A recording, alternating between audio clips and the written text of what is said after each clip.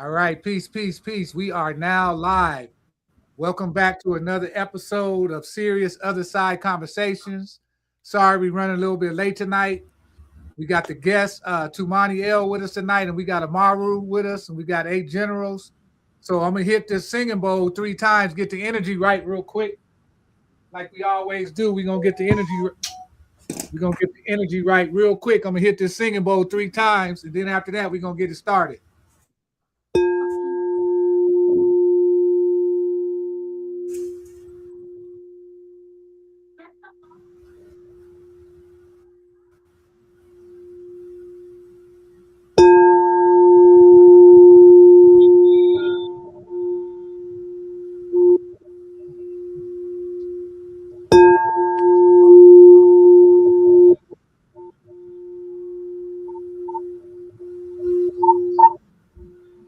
Okay, everybody, peace, peace, peace. We got the energy right.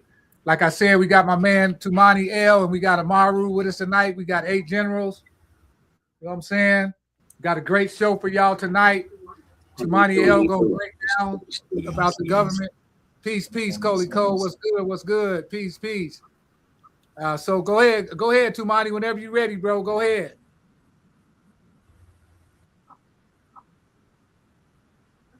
All right. Where you want me to start with? Let me get a question again. You got a question, I Skiwi? feel like we should start from the top. I feel Oh, like we should Islam, start from the Islam, top. family. How was the kind Moors? the Moors are the first people based off of the continent of Mu, was one of the oldest continents that there was that sunk. So Mu and Atlantis, mother continent that was here. That's what Mu is. And it was also a Republican form of government too. Now, when we're talking about the government of the United States, and you see the back of the dollar bill, we're dealing with two nations.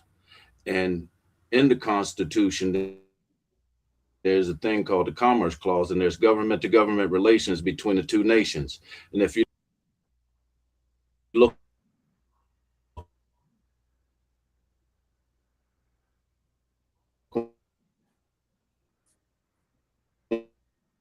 You breaking up? You breaking up, Tumani? Yeah, signal went in and out. about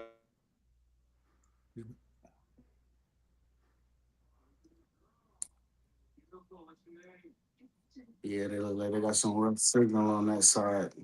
all right. Yeah, they look like. So we're gonna get back to that pyramid more in a minute. So what's that?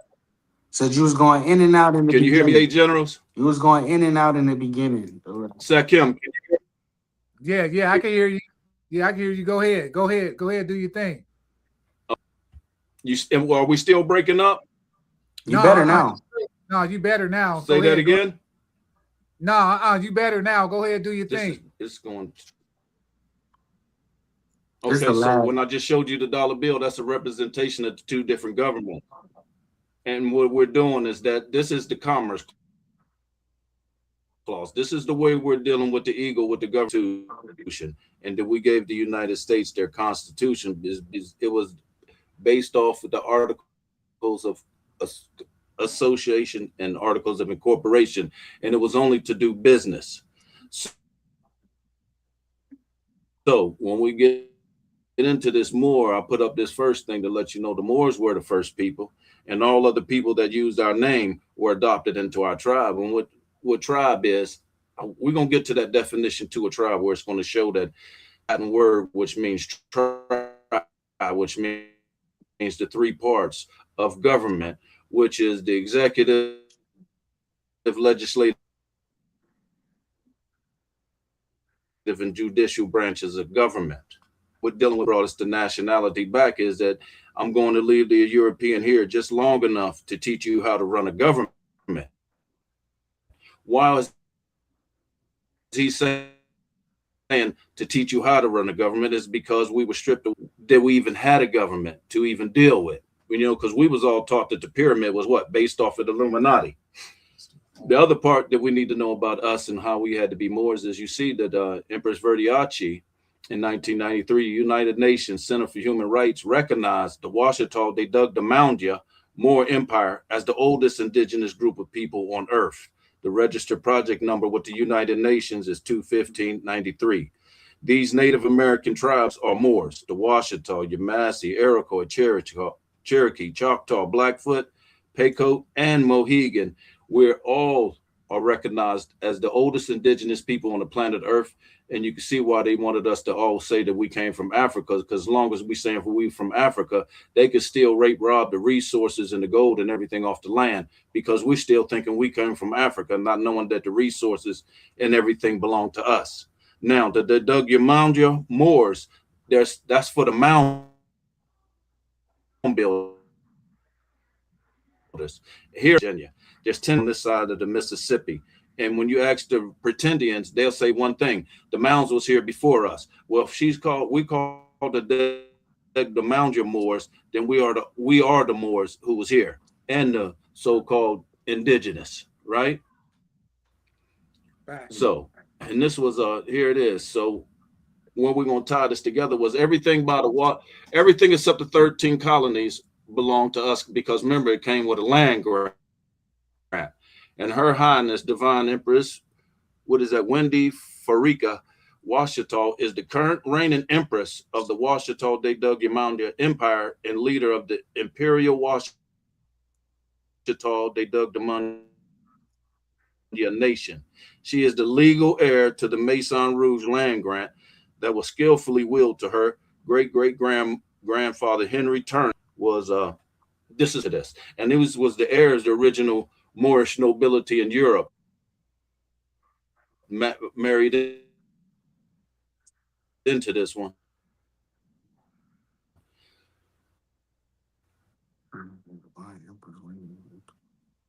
So it wasn't in there because she's the original title holder of the land grant, right? Okay. Yes. the original Yes. So Pacifica? everybody remembers Henry, what was his name? Nat Turner. Nat Turner this was the court case when they talking about the Turner people went to court, and from that, because they was recognized as the Tunica, so was the Washita was turned into Washington. Okay, now you can see where they're getting their constitution from and how that is important for us, because now we seeing, like, well, when I grew up in school, Sekim, you probably did too, and we was growing up in school, they said the Indians couldn't read or write, they just made a mark, so if you can do that, how come you have a constitution? Right. Facts. Right. Second. Sekim. Yeah. Yeah. Can you hear me? I don't think they can hear. Can you hear me? Yeah, I don't think so either. That's what I was trying to see. I don't know. Can you hear everything? Oh, Yeah, but did you hear anything I said before I started moving the slide? Yeah. You're breaking up a little bit, but yeah, we can hear you. It still is breaking up bad. I know. All right, we're good. Okay. I think you should pause every now and then just to make sure. Okay. Some feedback. So you see it right there in this one right here, is that in our government right here, freedom of speech and separation of powers in government. So if we had separation of powers in government, then that also leads you to see that we also had a government that was there, right? Can y'all hear me? Yeah. And I'm showing you that DC was already there. All of these things was already established. It was the seat of our government, right? Okay. So now we're talking, was saying, so we have the executive, the legislative, and judicial branch. This is what makes up the Constitution, and to be broke down into Article 1, Article 2, and Article 3. All right. Now, let me get this other slide. So here it is. So you see with the feds, remember when George Washington said, I'll cut down a cherry tree. Well, the cherry tree was your nationality and your headdress. And you see here are 5 Kushite Commission Moorish names that ties Indians, India. You see the things up there, blacks to sovereignty of America. El, Bey, Day, Al, and Ali. These 5 names belong to the 5 civilized tribes. These tribes are El, Cherokee, Bay, Choctaw, Day, Seminole, Owl, Creek, and Ali, Chickasaw. The name El means God, force, or power. Bay means ruler or landlord. Day means knowledgeable. Al means the surname as El, but Al, goddess, is feminine. Ali means the exalted or most high. These five civilized tribes came together to form a union called the Iroquois Confederation. This confederation formed the Articles of Confederation, which formed the American government. The Articles of Confederation became the United States Constitution, the Declaration of Independence, and the Articles of Association. These documents are called the four constitutions. And you see the last name right there. L is the legislative branch. So a lot of us see people wearing these fezzes, but this is what it really means. Right? Can you hear me, Sec? Hey, Yep.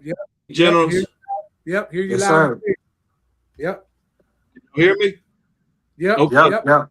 Okay, so now what we're dealing with is what you remember we're dealing with English. We're not dealing with our natural language. And you see, this is our form of government right here. So you see the Moroccan Moorish Imperial Divan under the jurisdictional control of the United States European occupational colonial powers. So you see, the White House to us was called the Moorish Palace, and the Imperial Divan was the presidents. You see how they switch words. So that's what they dealing with when we're dealing with the English. This is the spell, because we don't know our words. So it automatically makes us think that this is the only thing that was in existence. And I wish he can blow that up some more. If y'all can look at the titles of the stuff underneath the Imperial Divan right there, you'll see all the departments that we had, they just didn't do nothing but switch them into colonial powers' hands. Right? So if you take a look at that, we had all of this. That's why on the Bill of Rights, it says you have the right to travel. Well, that's your transportation department. You see what I'm saying? All debts must be paid in gold and silver. That's your Treasury Department. When we went to war, you still had the Veterans Affairs. There is nothing on here that wasn't already done that they just put their stamp on. Next one, please. All right. Was that long enough to see that right there, Sec? 8 generals? Yep. Yes, sir. Back the other way. Now down, backwards. Scroll down. Now see, here it is. The Moorish government, Divan, was replaced by the word department. The United States of European Moorish Imperial Divan under the term presidential cabinet. Imperial Divan substituted with the term presidential cabinet. The Grand Wazir, Vizier, Visor is the most powerful member of the Sultan's Divan cabinet. Now, me and Amaru tried to get that one up there, the Sultan's letter to the George Washington letters to the Sultan of Morocco, where you can see it in there. He's calling him the Imperial Majesty, right? And he's writing to him and he's saying, thank you for letting us do business in your dominions. Now, what is somebody from Morocco doing? Why would George Washington ask somebody in Morocco on the west coast of Africa, could they do business in America? And Morocco on the west coast of Africa didn't become a state until 1956. We're dealing with 1779 right here in the replacement of our government with the Albion government. Because we were already United here. States European occupational colonial power. What's that? Because we were already here. Say that again, 8 generals. We were already and we already here. had a government and everything established. They just didn't do nothing. Yes, and you see, we had a government in place, but they want us to make us believe that they built the White House and built everything that's in all these states and all these capitals. These things were already here. The dome that's on all of them is called the Moorish Dome. All right. And it's copper. Most of them are copper. They look green now. But Yeah, they're copper. Facts. So you see, when we're talking about government to government relations, you see how they replaced us with theirs, but we didn't know at any point in time that we already had a government that was over here. All right. Next slide, please. All right. So here's some more of this. As you see, we had the State Department, the Dewan al-Sami, replaced by the term Treasury Department. So what we're seeing is all the names that we had for something, how they replaced it and put it into the English language.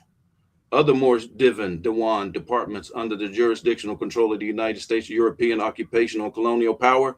These are all the things that they had took from us that was already there. And you see what's that one, two? The sixth one down, you got the Commerce Department. And this is the only thing that they came in with. But if we have more time, we can go into a lot more of this stuff because it all deals with Indian acts that they did. You know, like welfare, farming, all these of our trust. And these things right here, they took over. And this is what they're making it like they're giving it to us.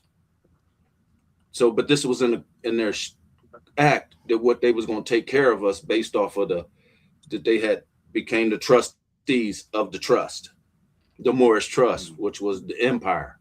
Okay, Amaru. All right, we good with that? Yeah, yeah. Can you see the question? Can you see the question that Say that again? Can you see the question that Wayne Hughes just put up? We can't see no question. Okay, he said, can you touch on founded as it applies to the buildings and government?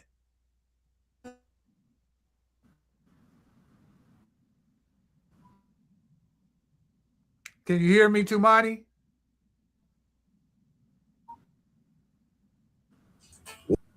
What'd he say? Oh, no, we can't see that on our end, Zach.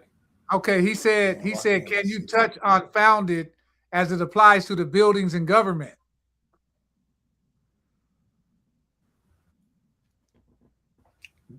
You broke up right there. He said, can you touch on founded as it there applies? It is. That's way better, but we're not going to see. He said, can you touch on founded as it applies to the buildings and government? Can you hear me?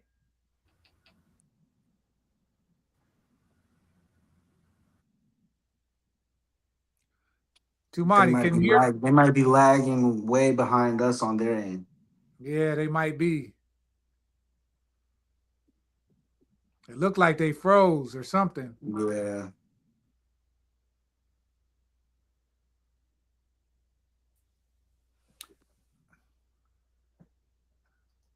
Yeah, I think so, Harish. Well, I think we're on a different one. Now. We're on the other one. Nah, this is talking about the actual.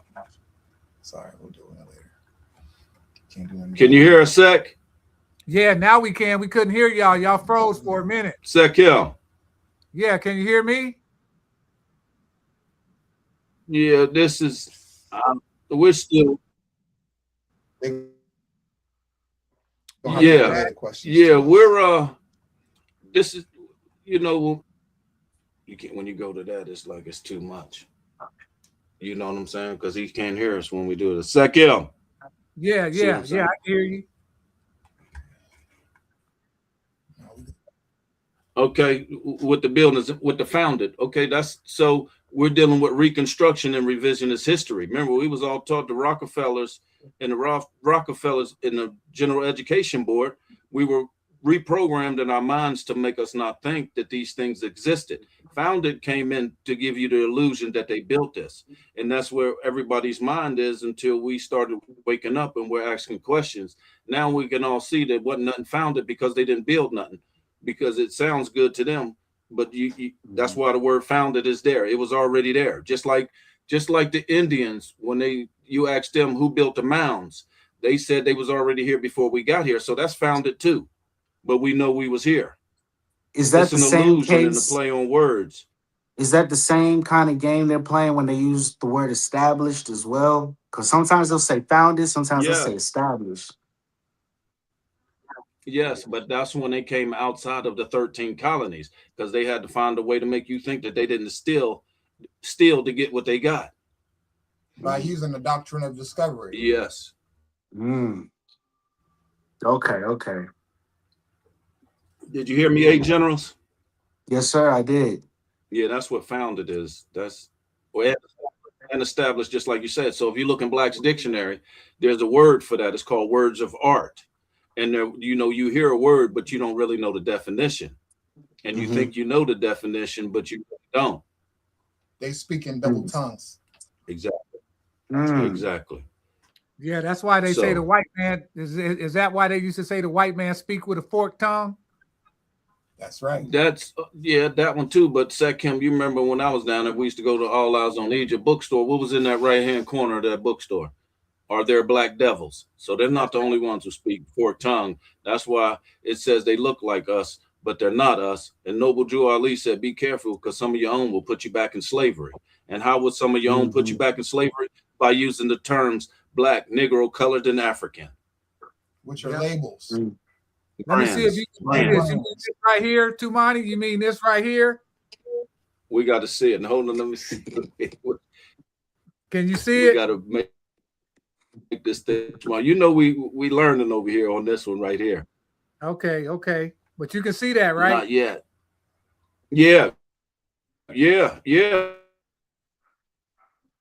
I got it too. Yep. And the Facts. CD. Yeah. Yep. And it'll Go wake ahead. you up to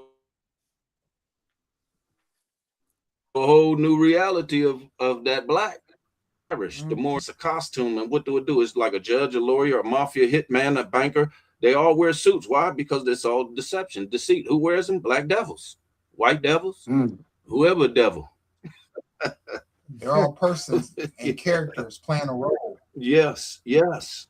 And the Yeah. suit is their disguise. A mafia dude will come to you wearing a suit and kill you. But where'd it come from? Mm-hmm. Ireland. That's a European dress. Yes. Just like a pimp. Who also does that? Wear a suit? A pimp.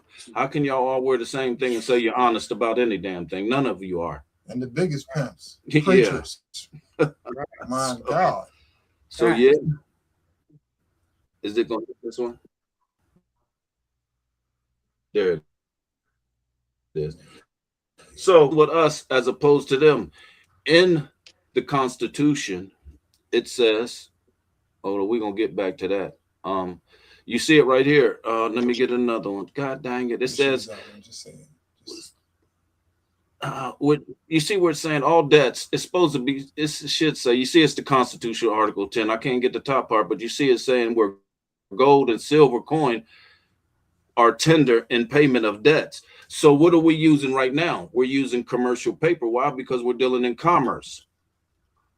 And they took gold and silver out because when you stripped our government away from us, gold and silver didn't become the legal tender no more. It became the commercial paper. And it's really just debt money. Mhm. Mm. And this is why you see this. Gold is money. Everything else is credit. And if we could have got that letter up here by the George Washington, it says they have no money, they have no crops, they had nothing to offer. So Mm. what they do, they went raping, robbing, and pillaging and stealing. And now to see another thing about our empire, if you look at this, you see it says Morocco, the empire, 1372. You see it was already in effect Mhm. over here. Right. And if you see it, you can see the Arabic on it. So the letter that was wrote to George Washington wrote to the Sultan of Morocco was in Arabic. So here we are. This is nothing new. And you see it right there, Morocco, Mhm. right? That's your gold and silver coin that should be paid for all your debts right there. Mhm.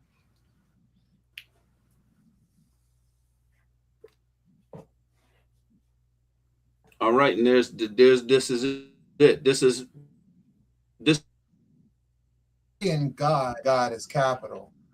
Government, ordinances, and departments. mhm. And you see right here, Article 1, Section 8, Clause 3, that Congress shall have power to regulate commerce with foreign nations and among the several states and with the Indian tribes. So what we seen earlier from the first slides, what did it say? It was commerce between Indians, right? And we are who? The Indians. Remember what it said? So let's Mhm. go back up here one more time and we'll look at the Indians. For what it was saying, trade with the Indians, right? So Mhm. you notice my phone had patience with this. See, now here it is again, right here. Abantico, the great seal of the Moorish nation. You see why we had money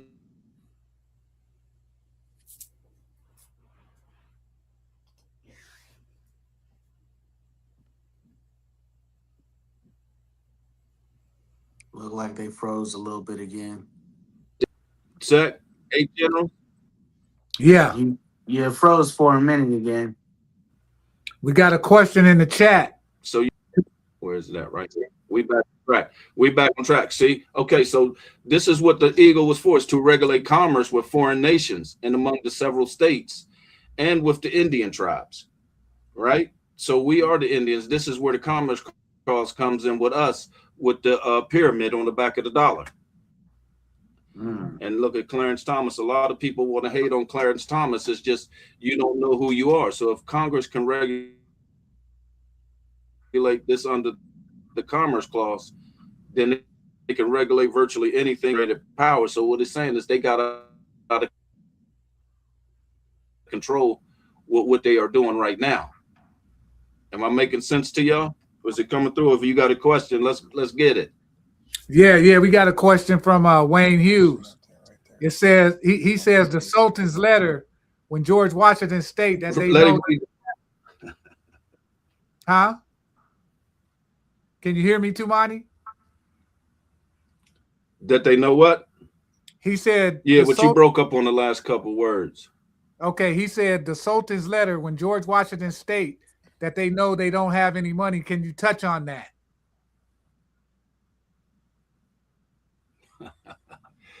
They didn't have anything. Remember, the days was colonies. They was working for the king. They was working for King James. Why are they bankrupt? Why is the United States bankrupt? They was always bankrupt. They had no gold. They had no silver. They had nothing. They was over here to work on plantations. Was that a good enough explanation? Yeah. So the full faith and credit. So they was working for the Moors. Yes, they was working for the Moors from Britain. See, so when you was talking about when they talking about the colonies that came over here, you had King James who had grants of land with the 13 colonies. So they brought their slaves, white slaves, Albion slaves over here to work. And also they were penal colonies for thieves. I mean, debt slaves, debt captives. And that's what that was about. So yeah, the Moors were the British Moors were your generals and your military over here to protect King James and to have them working on these plantations. The Moors from Britain, they pulled together with their Albions, and they the ones who made war on us. And this is where you get the civil wars from. It was us Moors, M-U-U-R-S, fighting against the M-O-O-R-S from Europe. Okay, now I'm understanding. And that's how you get them. That's like to be a Mason. Remember, it said to be in government, you had to be a free white Mason. Well, at this person, it says not to include Caucasians.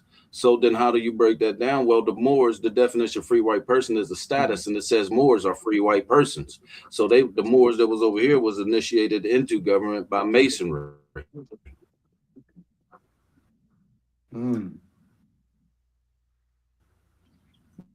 What do you mean by status?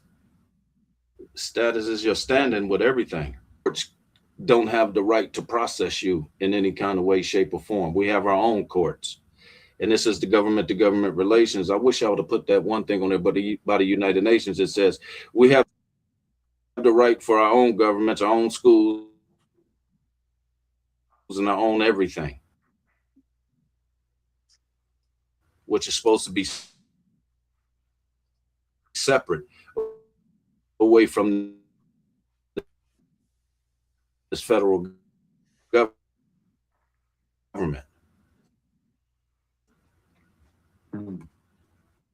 Yeah, you breaking up. You breaking up, Tumani. You breaking up a little bit.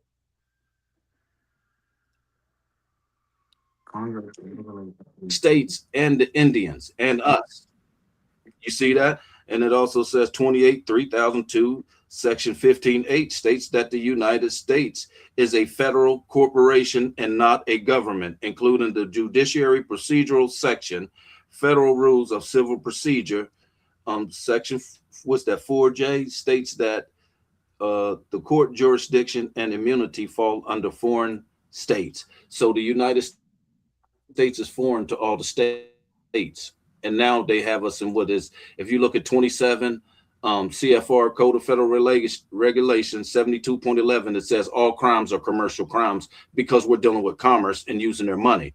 Also, in trading with the Enemy Act, when you're using their commercial paper, they says it states in there that you are an enemy of the state because you're using foreign currency. So as you see, why it's so imperative that we learn this right now is because we need to take back over our government, because these people are impersonating government officials and using foreign policy to roll across the land with impunity and doing crimes against humanity.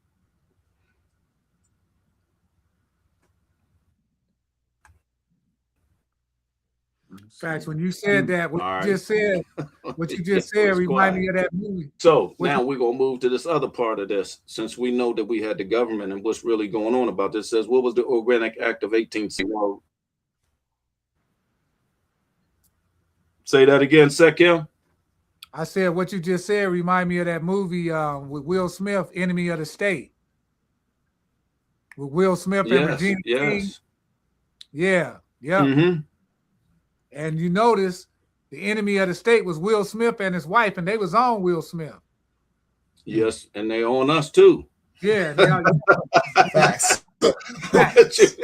Everywhere you go, they on us, man. Yeah, And it's crazy because we're POWs in our own land.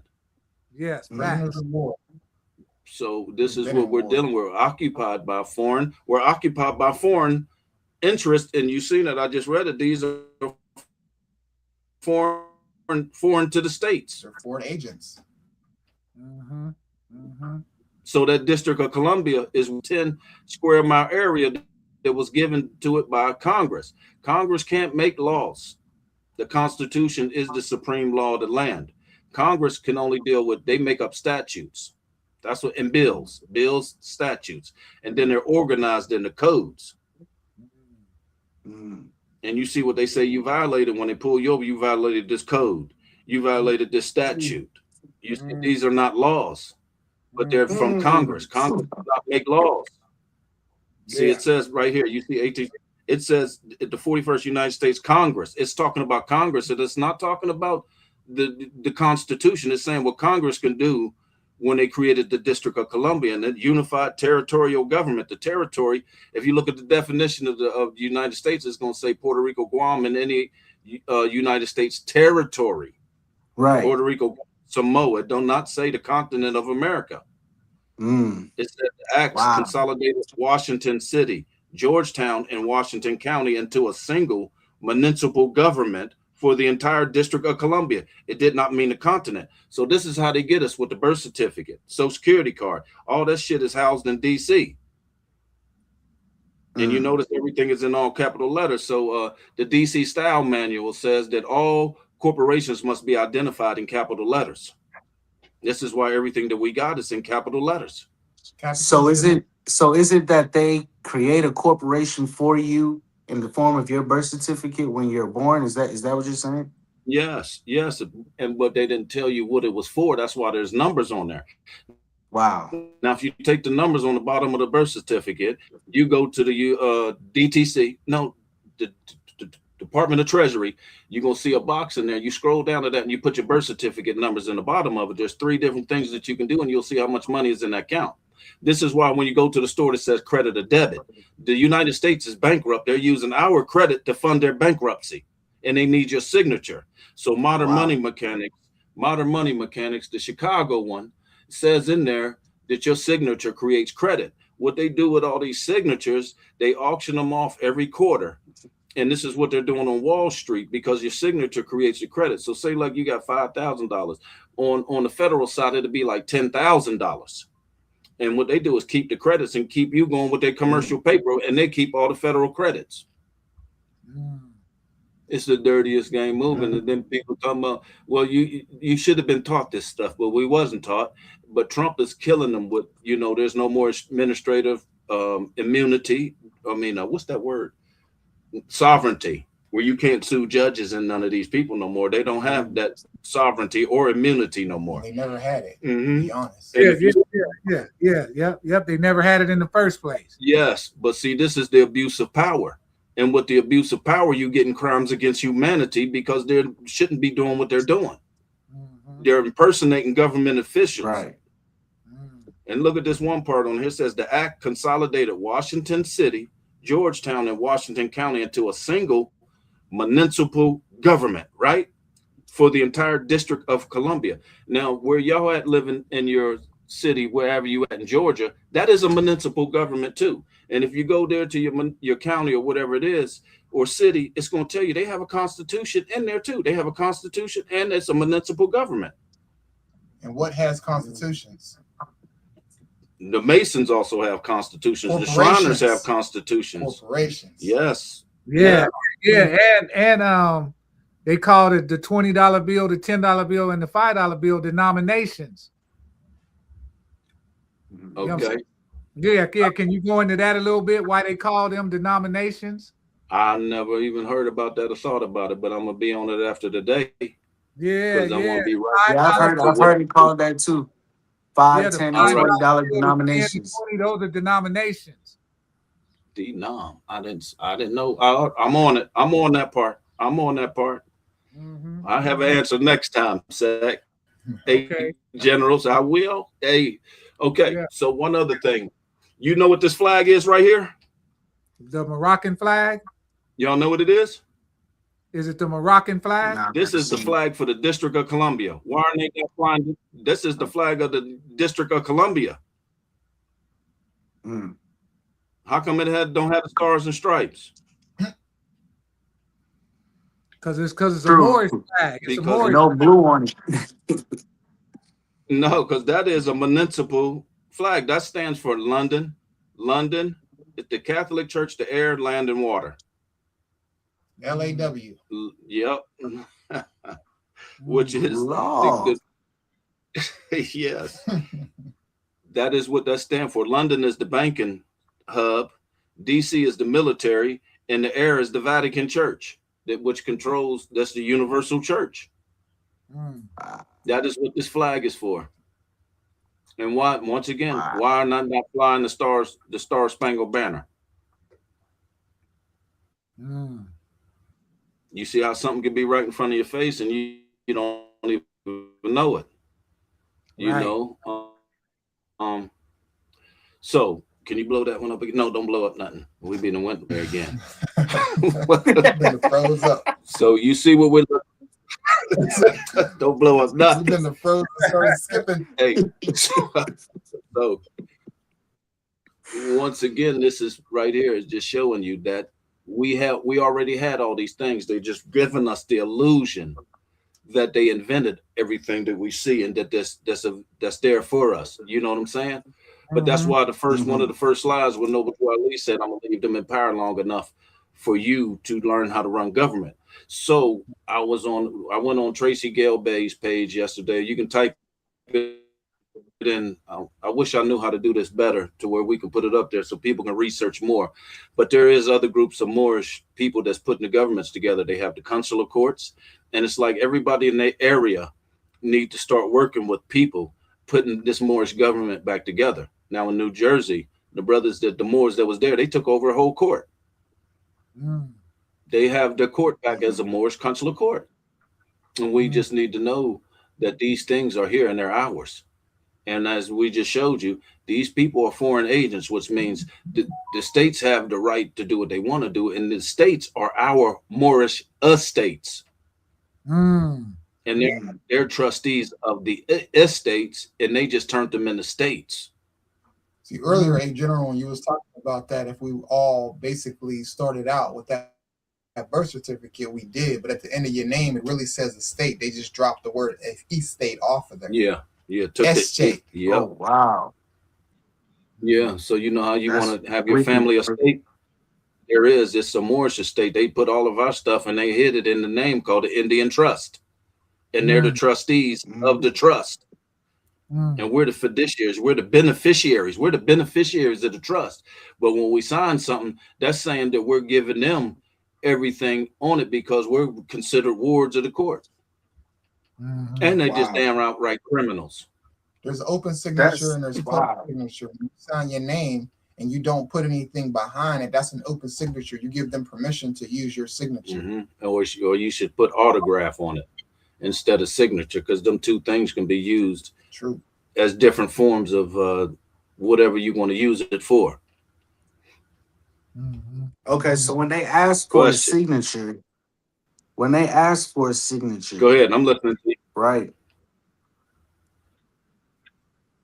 How should we approach that? Let me stop you right there, young brother. It don't even matter. You can't because they educated everybody and everybody's ignorant. That's like if you go down to a clerk and you tell her you want to file these papers, by law she has to file the papers, but she's not going to because she don't know what it's for. Just like we're talking about the District of Columbia and the Commerce Clause, don't nobody know that exists. Ask somebody, do they know why that pyramid is on the back of the dollar? What are they gonna say? It's the Illuminati. Yeah. You see what I'm saying? Nobody knows what we're talking about. Everybody was programmed to be ignorant. When you sign your name on a check in micro print with a magnifying glass, you can see that it says authorized representative. You're the authorized representative of that all capital name, and you're signing it. So you're creating joinder. You're joining yourself to that, and you're supposed to know the responsibility of being a banker by signing your name to that and not closing it properly. But these are things they're not going to teach you, nor are they going to teach the people where you got to file it, because it causes confusion. And when everybody's confused, don't nobody know what's going on but the one who researches. So you really have to go over their head to the highest levels to do these things. But then they set roadblocks up in there. They call it procedure. Are you following the proper channels to get everything done the right way? And you see how they're setting up all these tricks and they're hoping you don't know it. But even though you do it and get to the highest points, places of it, they'll still do some criminal shit. That's why they have to go. And the only way they can go is by us reestablishing the Moorish government. We have a United Nations seat number, but the problem is there's not enough of us who know to really run government for it to be instituted on the national level. Right. Speaking of government, what happened during 1871? They created that district. Congress created that District of Columbia. How did they create that? What happened? Land was donated to them. Remember, in 1779, they took it over in Philadelphia. I can't think of what it was. I can't think of it. It was in Philadelphia. And then they took it from Philadelphia and they moved it to DC. Was it taken by force is what I was getting to. Yes. Everything's taken by force. You know, this is what it just like 1860. The land was donated. Say that again? You said, was the land donated? No, it wasn't no land donated. So were you saying initially the land was donated? Stolen, yes. Hell yeah. Go ahead. You said, was the land stolen? Well, I know the land was stolen, but initially when they came on their little boats and whatnot over here, right? The Moorish from the Britain colonies with their Caucasian Albanese slaves, right? So when they came over here and quote unquote, they say established. We know there wasn't no establishing the shit. No. Came over here to their little colonies, right? That land that they used, was that given to them from us, the Moorish people of the original Americas? It was only granted to King James. There could be no other grants given unless King James granted it to one of his subservients, or that's what you want to call it. Yes. Gotcha. Other than that, no. But see, a lot of them was making illegal grants and writing them up to make it like they did get it.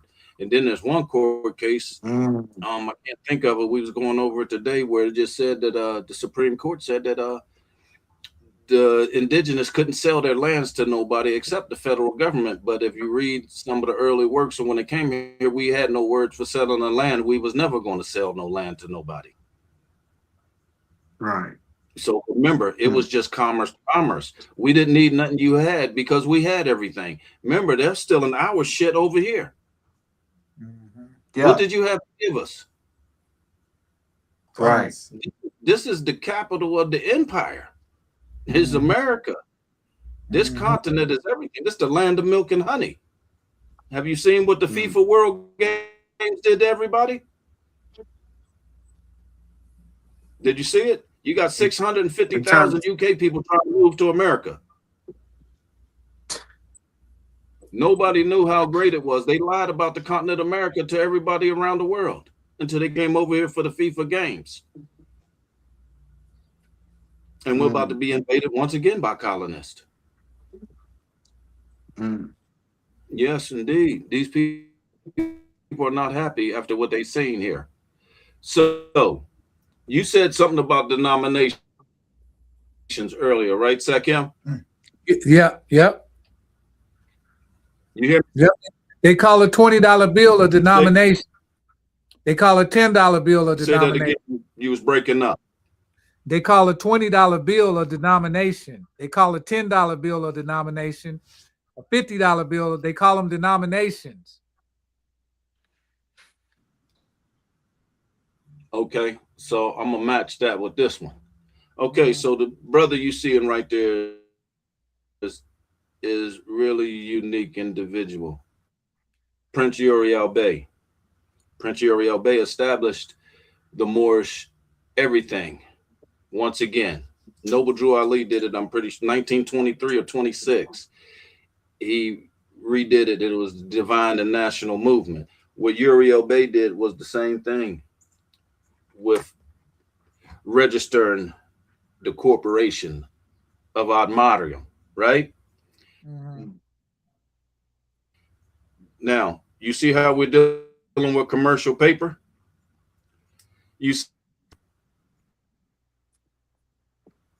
All right, these are denominations too, right? Yeah. 1,000, Jesus, 5,000. The second one, you see this, 1,000, 100. So we have everything is already set up. This is our currency, but this is backed by silver and gold. Right. You see that? Was that Lakshmi I saw And on this the is what we said about this 5,000 District of Columbia. denomination? This is where the United States is at. This is it right here. You see the U.S. Capitol, right? Yeah, U.S. Capitol. Yep, I see it. On the money? Yeah, was There that it is. Lakshmi? Yeah, this is what he's already. On the Lakshmi? 5,000? Yeah, on the 5,000 You one? talking about Lakshmi? Lakshmi, where they go back to? What the Yeah, Yeah, hell? Right that here. is that is her. Yeah. Where you see Lakshmi at? That's On why she's the other side of it. Go to the next one. Here? Oh, right here on the left side, right there. Yeah. Yeah. Yeah. No, not right there. On the other bill. Go to the next bill. On another Go to the bill. next bill. This one. This. Oh, Yeah. okay. No. Right That there, one right right there. That one. That one. That's the goddess Lakshmi. She even got the hairdress. All right. See? Yep. Because I know that was stance anyway. that was us too. Yep, the goddess of wealth and But fortune. you see, they put it on our. Yeah, she's the goddess of wealth and fortune. So it's already been done, just like they set up their commercial system. We have set up the Moorish commercial system too, once again, so we can separate from that bankrupt, corrupt corporation and start our government right here too. So we have everything in place. We just need all of our brothers and sisters to wake up and recognize who they are. There's only one group of people on this planet Earth. They're Moors. And let me say this, like to make it simple, as I don't know how you can't get it no more simpler than this. If Adam and Eve came from Africa and they was Moors and all their descendants spread out all over the world, they Moors. You just look more in Saudi Arabia or more in India or more in Europe. There is no other group of people. Italian, Italy, that's a landmark. Russia, that's a landmass. That is not the nationality of people. That's just where you're located at. You got people talking about, We all thought these things at one time, but you can't separate from the basic common sense of this is just one nation here, and that's what we are. We didn't have borders. We had empire. Mm-hmm. An empire, which was Morocco. And where's this? Let me see. I want to see if this is the right one with this House resolution joint, because it's tell you about the. Uh, no, not this one. See where it just says Congress shall have power to regulate commerce with foreign nations and among the several states. This is all this is about. Like I kept saying last time we did this, it's culture. Culture is what we have, and what they have is commerce. This is all we're dealing with them. It's commerce, which they consider a cult. Mm-hmm. A cult is just your culture. It's the hidden meaning. It's the hidden word of a cult. It's culture. Mm-hmm. Now, when you see this up here too, you see the Great Pyramid, the Great Seal, and is the emblem of the Moorish Empire. You see that. The symbol of the eye is Allah. The symbol of the pyramid is I am. I am the first monad, manifest in flesh and in balance. The first people of the earth, the Moabite, Moorish nation, Asiatics, and Muslims, not Muslims. Muslims, M-O-S. The original. The Muslims over there are the Muslim sons from them harems. And that's why they're Muslim sons. Hex Alpha, the dual 9 represents the law of duality. As above, so below, the spiritual and the physical, the mother and the son. Hex Alpha is sometimes displayed within the Fertile Crescent, mother and nation. These are our symbols. So anybody who was confused about the Illuminati and why they wanted to scare you away from it like it was some demon shit, it's because they don't want us to wake up knowing that this is ours. And our this is science. That wasn't a lot. And then you see right here again, what is that? Right there, what we're dealing with. You see the Federal Reserve under the federal. What's the first word? It's commercial. Banking practice under the Federal Reserve Act. And this is what we're dealing with. It's all commerce or in commercial. It has nothing to do with culture, because with that we have our own culture and we had our own commercial aspects of things, and they wanted, remember, the Constitution, the Commerce Clause is the most important thing we need to know, and that's the only thing we have with them that makes it the way it is. But you see that they're bankrupt.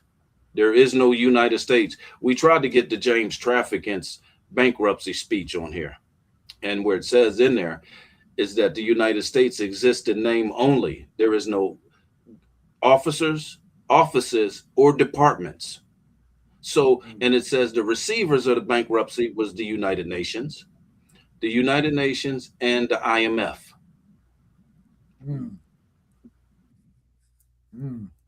So there it is. But the number one thing is we need to start taking back, learning these parts of our government and our structures in every area. So where y'all at is in Atlanta, you got to start taking that back over to City Hall. The governor's mentioned. Y'all also have a Moorish proclamation in Georgia in the statutes where they recognize the Moors as what the proclamation say. It said, I'm gonna paraphrase it. It says, we are indigenous to South America, North America, Canada, and all the islands. We are the indigenous people, and that's what it says in the Moorish proclamation. And the conjoining islands. Yes. And it said we were misnomered, African, black, colored, and Negro. And the first person who did this put out a proclamation. It was in Chicago, and it was by Rahm Emanuel. Well, I'm pretty sure he was the attorney general when Obama was the president, but he was the first one to sign one of these proclamations and put it out. Now I think there's over 18 proclamations in 18 states. What's a proclamation? It's just proclaiming. You're saying, you're letting people know something. And it's good because they gave out the Emancipation Proclamation with stands. So the Moorish proclamations that they stood will stand. But these people are so corrupt, they don't honor nothing. Yeah. This is what it is. So what do we have by them? We have treaties. And what are the treaties for? Commerce and intercourse. See, this National Bank of Commerce in New York, October of 19 18. Yes. Look So, at that date. and the main key word up there is commercial. The paper that we're getting, we're passing around, that dollar bill is commercial paper. Mhm. It's, It's fiat. It's it's not fiat. backed by silver and gold. So what is it? It's a coup d'etat. Yep. Yes. Yep. Yes. What Fiat. does It's Noble fiat. Jubilee have to do with this? That 1980. Yes. They got all kind of names for it. Note, promissory note, negotiable instrument. I mean, these are all terms to use with this, but And the the one number. thing that it ain't is MONEY. That's one thing it ain't. It is not MONEY. Because money is silver and gold. That's And you wild. can't take that dollar nowhere to no Federal Reserve and take that money and say, I want to get this money back in gold. They'll laugh at you. Man, they probably put your ass in jail and think you was crazy. They duped us. They used to say that you could keep a receipt to let you know that you had gold on deposit. You could go get that gold for that dollar. You could get 4 gold coins in the same weight, but not more. Can we get those two up there where that one said the last two we got to where it says there is no United States no more is bankrupt? Remember them last two we got? Hey, Sakim. Yeah. Yeah. Go ahead. You too quiet, Sakim. What's the, Oh, man, what's the no. question? No, I'm just listening to you dropping. But I wanted to show the people something real quick. I wanted to show the people the empire. I want to show the people what the empire looked like. That's the empire. That's the whole world. Okay, yes. That's the empire. The whole. I just want people to get an understanding of what the Moorish Empire was, and that's what it is right there. It's the planet. It's the planet. It's the whole exactly. It's the land, air, and the water. Exactly. The land, air, and the water. Facts. Yep.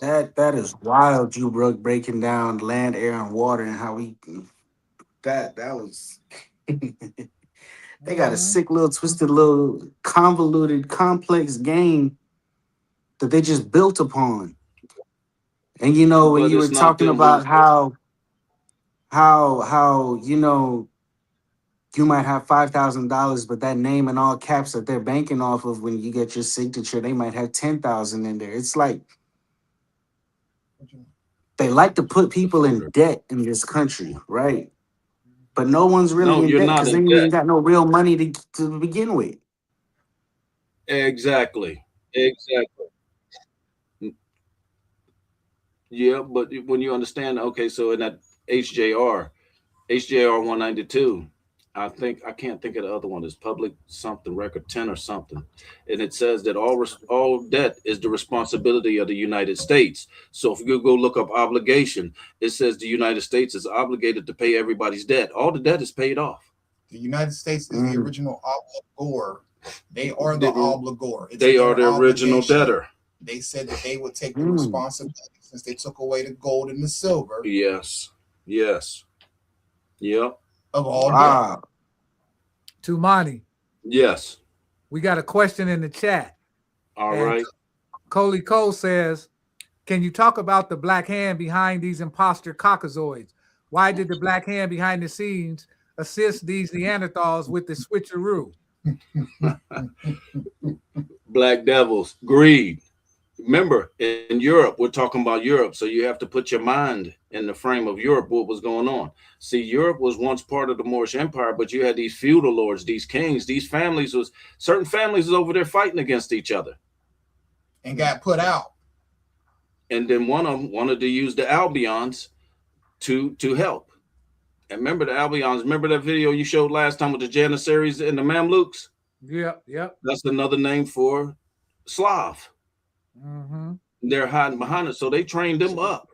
So how they're using them with the black hand is, remember when they came over here, the brutish Moors was the dark Moors over here. They brought their what we would call slaves, but they were Janissaries and Mamluks. They was trained mercenaries. They trained them to fight us in wars and stuff.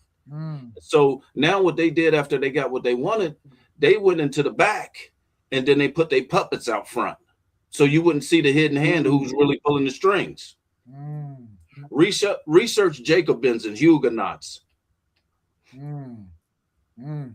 So pretty much, they trained them Europeans up, and they use them like dogs and sick them on us. Well, I'd rather use the term monkeys, but yeah. We gonna lie. This guy. Yeah, because that's what they did.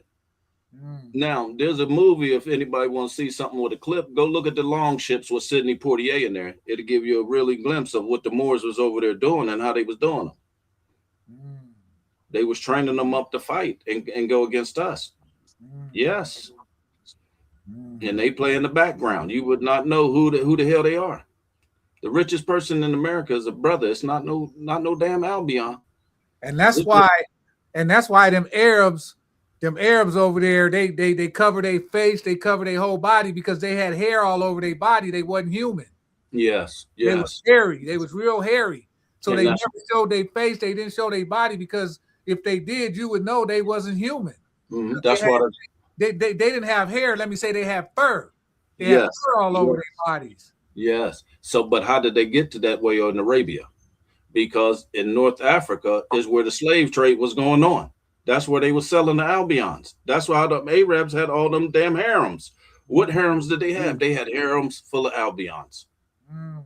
That's why when Noble Drew Ali went to Saudi Arabia, King Fazul recognized him who he was, and this is where he got his charter from. Recognized as what we are right now. How many times have they remade that movie Beauty and the Beast? Mm-hmm. Right. Yeah. And that's how they married into the line. That's how you get light-skinned Queen Charlotte with the red freckles. Mm. Mm. Y'all come and help us fight against our cousins, our brothers, and the beast, the hairy people was like, nah, they were stupid, but they wasn't stupid at this time to recognize if we want to get out of some of this, you got to let us marry into your line. So who was the queen? Queen, Right. you see what I'm saying? They married into the bloodline of a woman. Remember, we're matriarchal, not patriarchal. Right. And that shit became what? Patriarchal. And that's how they started to become more human. Yes. Because they weren't human. So when they married in, they was able to mix in the bloodline. Yeah, but then it became, but that's when they talking about quadroon and quarter black and all the quarter god or half god and stuff. Mm. Remember, because in the Bible, John, I'm pretty sure it's 34:10 or 10:34, it says, Yahshua was like, it is written in your law that ye are gods, but children of the Most High. Mm-hmm. So when we look at it in terms of we are the gods. Right. Remember, Bobby Hemmett told you we just fell asleep. Now we're waking back up. Yeah, facts. You know, and this is where we at with it right now. Mm-hmm. And this is what they really scared of. This is why there's this DNA stuff, this 23andMe, all of this was made to kill us, so they can find ways to kill us, mm-hmm. and to slow the progress of us waking up down. Mm-hmm. Because you see it, what's going on. We're seeing a great awakening. I mean, and these are Albions. I watch the videos every day. They running scared as hell. Mm-hmm. Mm-hmm. I'm seeing these ones. They finding out. We use the term just for basic conversation, but Jesus, they're finding out that he's black, and they can't handle it. Their psyches can't handle this because they've been programmed to think that they was better. Right. Once again, highly emphasize, research this, the definite psychologist definition of psychopath, sociopath, and narcissist. It's imperative that you know these words and the definitions of it, because we're walking around with this existing with us every day. Right. And then a lot of us done became sociopaths, narcissists. Yes. Yeah. Trying to follow the commerce. Yeah, but that Stockholm It's syndrome. become so common. It's hard to discern who's a psychopath, a sociopath, because everyone through this brainwashing, they have similar mindsets, similar traits. They acting the same. They doing the same shit. Yes. So it's become harder to discern who's a psychopath from a sociopath and a narcissist. But I personally feel those with a good heart that have some common sense on their, a good head on their shoulders, know who they are. It's easy for us to see those kind of people and avoid those kind of people. Yeah. But the majority, the masses, they all in that same little river flow. They all going down that narcissistic, sociopathic, but way. These traits are being programmed in everybody, though. Right, You know, exactly. yes, but so when you read these definitions, you see it. You see how really broad it is, man, and how many people are psychopath, sociopath, and narcissist. Because sociopath and narcissist says it has a lack of. One of them says it has a. Two of them said a lack of empathy. They don't give a damn Right. what happens to anybody else. So if you Right. look at the food companies with the FDA is out here poisoning anybody because they have a lack of empathy for humanity itself. So that they don't have no problem Right. doing the stuff that they do. Why is the Food and the Drug Administration combined into one? First of all, Yeah, And that's a good point. That should be two separate entities. no, they can have. We need to take it back over. We need to take control of the FDA and everything. The EPA. This is our government and our institutions, and we need to put them Right. out of it and take it back over. Because if we We're don't, living under a corrupted version of a corrupted version of our constitution, yes, yes. basically. Yeah, well, we wasn't supposed to be involved in their constitution anyways. This is when we had the Bill Yeah. of Rights. This Bill of Rights was the things that you're not going to do to us. The Mm. Constitution was put in place so they had bounds that they knew they couldn't step out of, but they did it anyways. Mm. and the Yes. color of law. Yeah. Yes, Yeah. color Yeah. of law, color of authority, color of office. Key word, color. Impersonating government Color. officials when you're acting in the capacity of a government official when there's no damn government. Mm. Mm. But nobody knows this. Just like Amaru just said, color of law, color of office. That word color is in Black's Law Dictionary. It says, paraphrasing, it says it's saying it almost has the appearance of being, but it's not. As it like saying operating within the bounds of the Constitution, but it's not. It's administrative law, but there is no more. There never was administrative law because administrative law was a coup d'état. So when you use that word color, when you're saying you're a colored, you're a crayon, you hear it?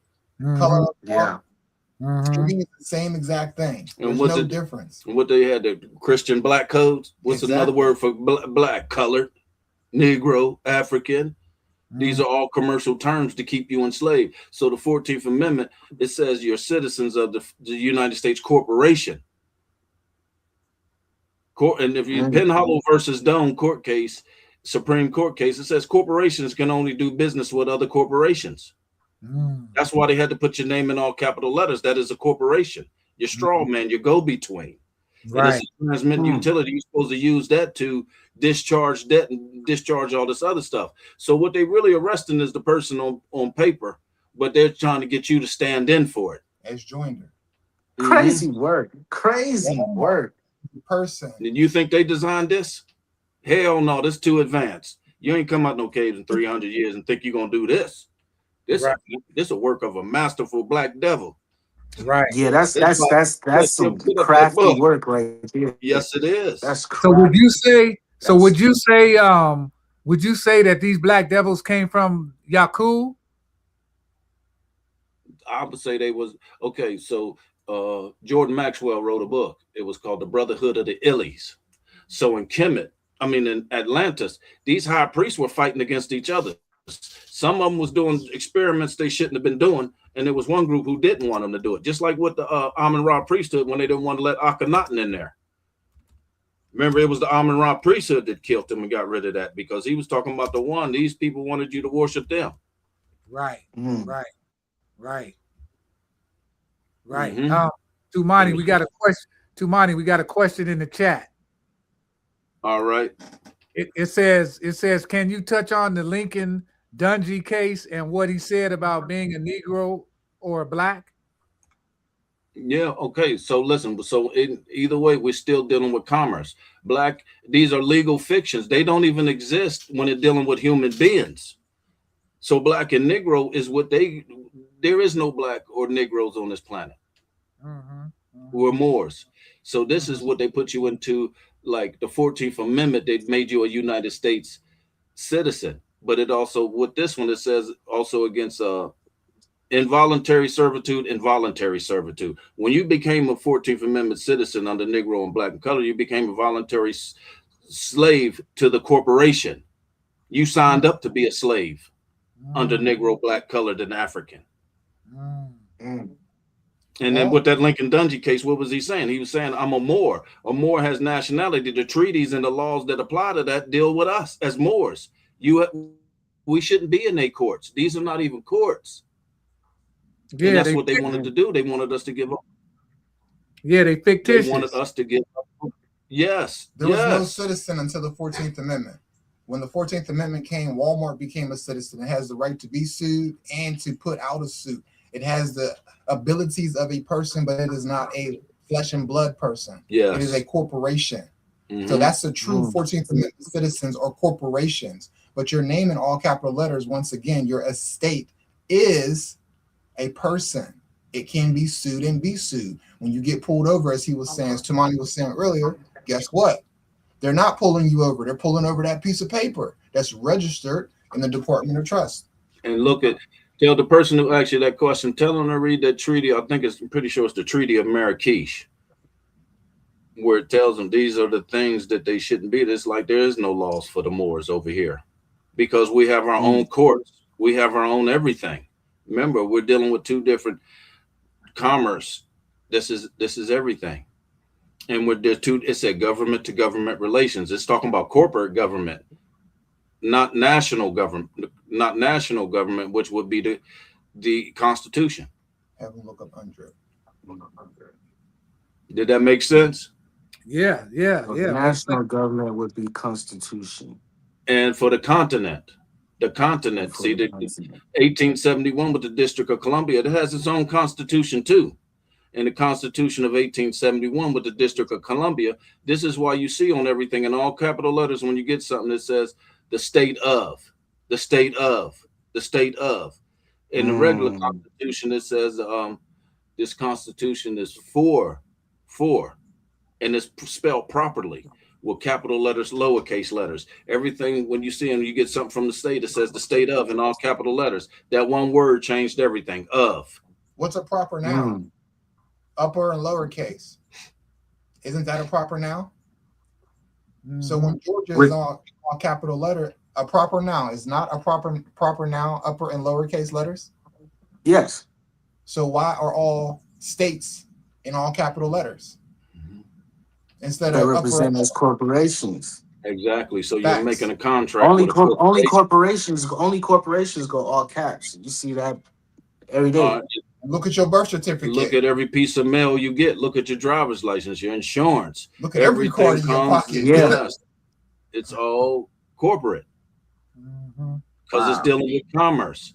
And the other thing is with the brother who asked you that question second, when in the Lincoln Dungy case, was the brother was saying that I have a nationality, I have standing, I am a Moor. I am not black, I'm not colored, because remember, they put it in the Christian black codes. And if you go to South Carolina, the Sundry Moor Act that they went to, and they were recognized as Moors. When a business is registered and it pays its taxes to the state, it says that it is in good standing. Are we too dark on there? Or can you see us, Sekham?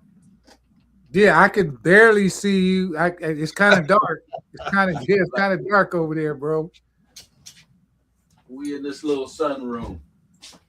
We got another question. We got another question in the chat. Yes, let's get it. Coley Cole says, "How do we cash in these birth certificates?" Good question.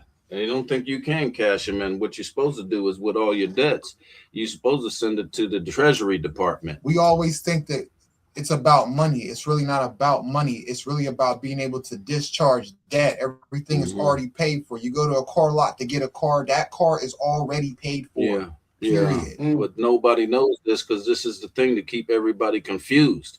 Nobody knows what's going on. Remember, if you go to a job in the clerk's office, you come straight up out of high school, they just give you a job and tell you, this is what you do. You don't know why you're doing what you're doing because you've never had the schooling on what things are. So pretty much the houses we living in paying rent on, we shouldn't be paying no mortgage because they already paid for it. Yes, yes. Correct. Okay, but this is when you get in commercial banking. Look up the Now the definition bankers of are mortgage. coming into play with that. Yeah, mortgage means Look up dead the pledge. definition of mortgage. You can't pay a Pledging. debt off with a debt. Yeah, how do you pay a debt with a debt? Let's ask this question. Somebody tell me how you do that. You can't pay a debt with a debt. So just like he said, when you get a charge, you're supposed to know how to discharge it. Now these administrative judges, magistrates, and all them, they know what they're doing. Keyword, charge. You're charging up your account.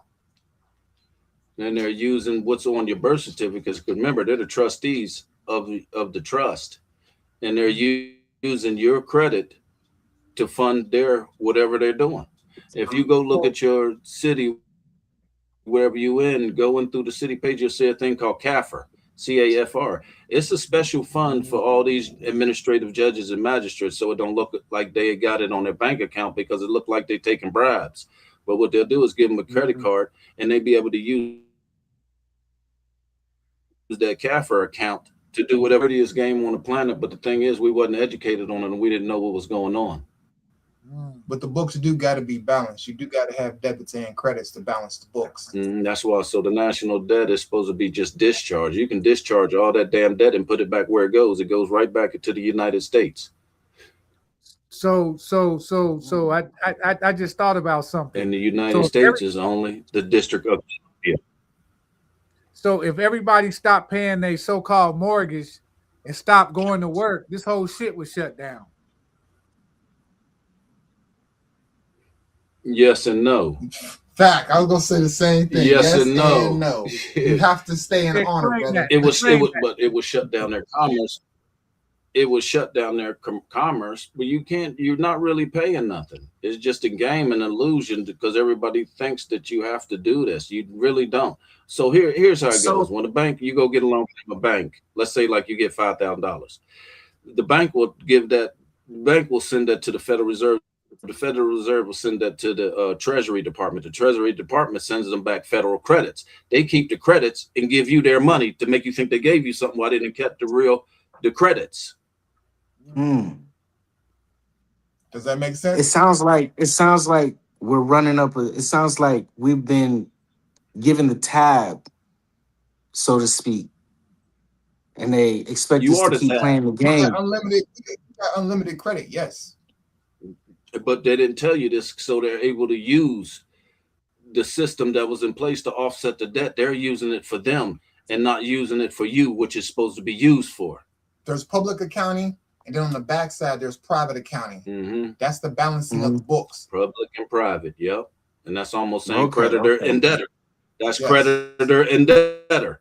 We're the creditors, they're the debtors. Facts. So how they can just we didn't tell nobody how to? Yeah. So how can how can someone like myself and yourself and all of us get from underneath this game that they running? Remember, we just showed you the money. We just need to take our positions. You take on the responsibility. I'm talking about the Moorish government. You see, our Uriel Bay already started the bank and the money. Everything has already been done. We just need to do, just like I said to them brothers in New Jersey, they took to court. This is not, these people are pretending. They're pretending to be government officials. And that's why it was so important to get that damn HJR James trafficking bankruptcy speech up there, because there's no government offices, officials, or departments. These are private agencies working. They're third-party agents. They're third-party agents. Private corporations that are like third-party people that are doing this, which is illegal too on the land, because they're not registering themselves as foreign agents. These are foreign agents. And that's the only way we can take it back, is take it back on the whole. You don't need their banking, nothing, because them banks ain't worth shit. They're not nothing. Do you know it's bad when it says a bank, if they give you a loan, they must put up something to equal value of what they're giving you. So if you put up your house as $250,000, the bank don't have $250,000 worth of any assets, because they're giving out commercial paper. And the bank is not allowed to loan money anyway. Because it's not money. It's That's commercial right. paper. That's right. So Sakim, what you can do, I'll send it to you tomorrow with this one lawyer who went to court, and it's the banking thing. You can hear the whole thing. It wasn't supposed to be taped because the dude is hiding the camera and you can't see nothing. But the judge is asking the lawyer, so you mean to tell me, what did you put up? And it was a $250,000 mortgage that was supposed to be paid. So he told the banks, he was like, y'all didn't put up nothing that was up equal value. The president of the bank said, well, it's always been done this way. But they're taking people's property, and it's already been paid for. As soon as you sign that loan, the house is paid for. Remember, because there's promissory notes. We're promised when gold and silver comes back in the plate that we'll pay, but there is no gold or silver, which means everything is a promissory note. And then they're trying to switch it up with the UCCs, Uniform Commercial Codes, or Universal Commercial Codes, and they're all, look up promissory notes. This is what we're doing. So when you sign your loan agreement, that's a promissory note. They'll take the promissory note, which is an asset. They'll get the value off the asset of the promissory note, and they'll give you your money, some fake money, give you a check and say, okay, you owe us, when it's already been promised to pay. When gold and silver come back, I'll give you the money. So they running a serious ass con game. It's a big ass scam. Yeah, big ass scam. It's a scam. But if you don't know it, how you gonna know it's a scam? Because just like that bank, that president of the bank said, this is the way it's always been done. Information and knowledge is king. Yeah. We can say this because I've been researching and reading this stuff for decades. So it's not just us that need to become informed. It's the people that's working in these different offices and whatnot. They need to be informed too. No, but they're not going to teach them, because if they teach them, when they get mad, they can tell you the trick. We need to get out of their offices. Yes, we don't need no parts of this. We need to get out of that. That's why we have the pyramid and the eagle. We're separate away from them. They forced us to come in here. That's what the civil wars and the lynchings and all that stuff was for. Yes, they had to get rid of our government. So in 1861 in Louisiana, they had a congressional meeting, or whatever you want to call it, in Louisiana. Well, that's when the KKK came about, and they went out there and they started killing up all the black Republicans, and they left out of there that day, and it was called Sina Day, SINEDIE, and it means the day with when they come back and reconvene government. Well, they never came back and reconvene government. Remember, because they was lynching people. People was hiding their families. They was scattered all over the place, and they was searching to lynch and kill these black Republicans' family. So the real government never came back. And then later it came, I can't think of the guy's name, and then they instituted the Whiggamore Party to try to replace the real Moorish Republican government. And they were called the Whiggamores. Why are Albions using the Whiggamore Party as a Republican form of government? So this is when you get your first introduction of the Albion Republicans and also your Albion Democrats. Whiggamore. And you see in Europe, it's the same thing. Them Albions on the court system, they're wearing what? Wigs. Their wigs is afros. Look like Big Perm. Big Perm, big worm. Look at them. They curled up at the bottom. Yeah. That's the wig of a Moor. Look at them brothers in them pictures over there and all that black European art. They got feathered hair. They got all that stuff that's going down. Yeah. Stay out there. They over there cosplaying. Yeah. Perms and everything. Wearing 3-piece suits, high heel shoes. I mean, they pimps. Wearing the suit. Don't the leprechaun wear the 3-piece suit? Wasn't that the garb of Europe? This is what you got over here. Didn't the Europeans come over here? The motherfuckers also had STDs, and they was trying to hide that too with them wigs. They was getting eaten alive. Yeah.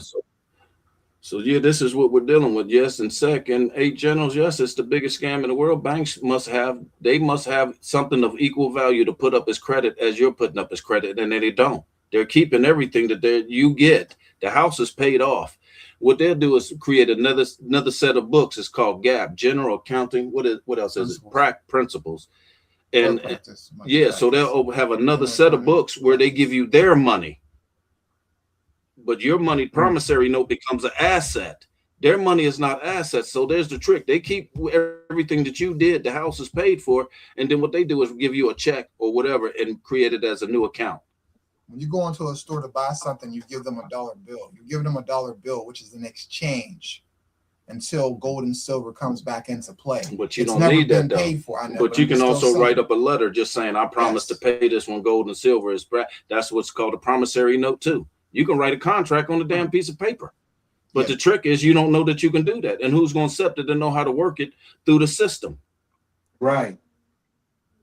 Now you got people using the UCCs to go to car lots and get cars, because what the car lot does is they sell your MCO, the manufacturer certificate of origin, and they'll sell it to the bank when it's already paid off. Why are you sitting there paying the car at the car lot saying, I'm gonna pay this and get this? You sign all the paperwork and stuff. The car is done. Why are they sending it to the state? Because now the state owns it once you register it. Because now they're putting your car in commercial play. That's why it's called a vehicle. But in the UCCs, it's also classify your vehicle as a household good. The manufacturer certificate of origin is the original document for an automobile. Yes, you don't have to go nowhere else after you sign it, but they're doing that because they got to be getting some kind of kickback from it. When you get a title of a car, keyword title, you are just a user. You pay taxes to somebody that actually owns that car. At the top of your title, it has a name up there. It has the state name. That's the owner of that vehicle. And that's why debtor is so detrimental. You know, being a debtor, that means that you're responsible for all the debts of the United States when you're actually the creditor. Yeah, man, that makes sense. That makes sense what y'all saying, because when they bring over a whole bunch of cars, say from China, right? And when they hit the American shores, them cars got birth certificates, death certificates. Like if one get damaged, they got a death certificate for that car. But ask yourself this though, Sekham, how did y'all get those cars in the first place? You've had to pay them. Yeah. Already paid for. It's already paid for. Somebody has equitable rights and someone has legal rights. How you think them cars coming from China? They already paid for. I ain't letting you move shit off my lot. Y'all got cars on a damn. That makes sense though. And then check this out. When they come over, they come has the word shipping. Yeah, and then when they ship them cars over here, the boat they ship them on is called what's it called? Cargo ship. Cargo ship. But I'm talking about the place where the boat docks. I'm talking about a port. Man. It's called I'm trying to think of the name of it. I lost it. It slipped my mind. But port of entry? No, not the port of entry, but what they call it where the boat docks. It's a name they call it. Where the boat docks. Yeah, where the boat, when they bring them boats in, and it's a female name. Basically the water is the. Are you saying? But no, all ships on the ocean must be named after women. Yeah, after females, because they give birth. And then they pull up to the dock. Yeah, they pull up to the dock. Right, the dock. Yes. And that's the same thing in the hospital. The doc slap you on the ass. You know what I'm saying? You get a certificate on your ass when you're born. You know what I'm saying? So it's kind of like the same thing. It is the same thing. It's just a play on words. You're getting the same thing. They put your foot. They put that foot on that document. That means you was on land. That footprint on that piece of paper, when they take your footprint, that's to prove that you was on land. You landed. The ship has landed. Yes. And it has a date, a birth, a time. It's got everything They're the same thing that a ship has when it comes in. Yeah. Right, and them Yeah. cars got birth certificates because it tell you what color the car is, whether it has air conditioning or electric windows or a radio. You know Yes. what I'm saying? Yes. Yes. It tells Right. you, and then, like I said, if something happened to that car, if it gets damaged, they got a death certificate for that car. Mm-hmm. Mm. And you So can it's sue for your and you can sue for the damaged stuff. Just like if your baby died in that hospital, and you can sue the doctor. mm, Same thing if a baby died. Yeah, it's this exact same thing, but in Black's Law Dictionary, they call words of art. mm. And these are Words like of art. words you think, yeah, words of art. Look it up in Black's Law Dictionary. It's going to tell you words that you think mean what they mean. They don't. They don't. Yeah, like Congress. Congress means sex. Congress actually means See, having sex.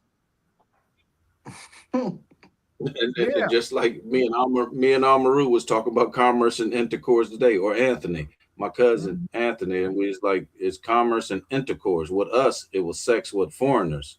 That was the intercourse, but with them in commerce, it just means trade.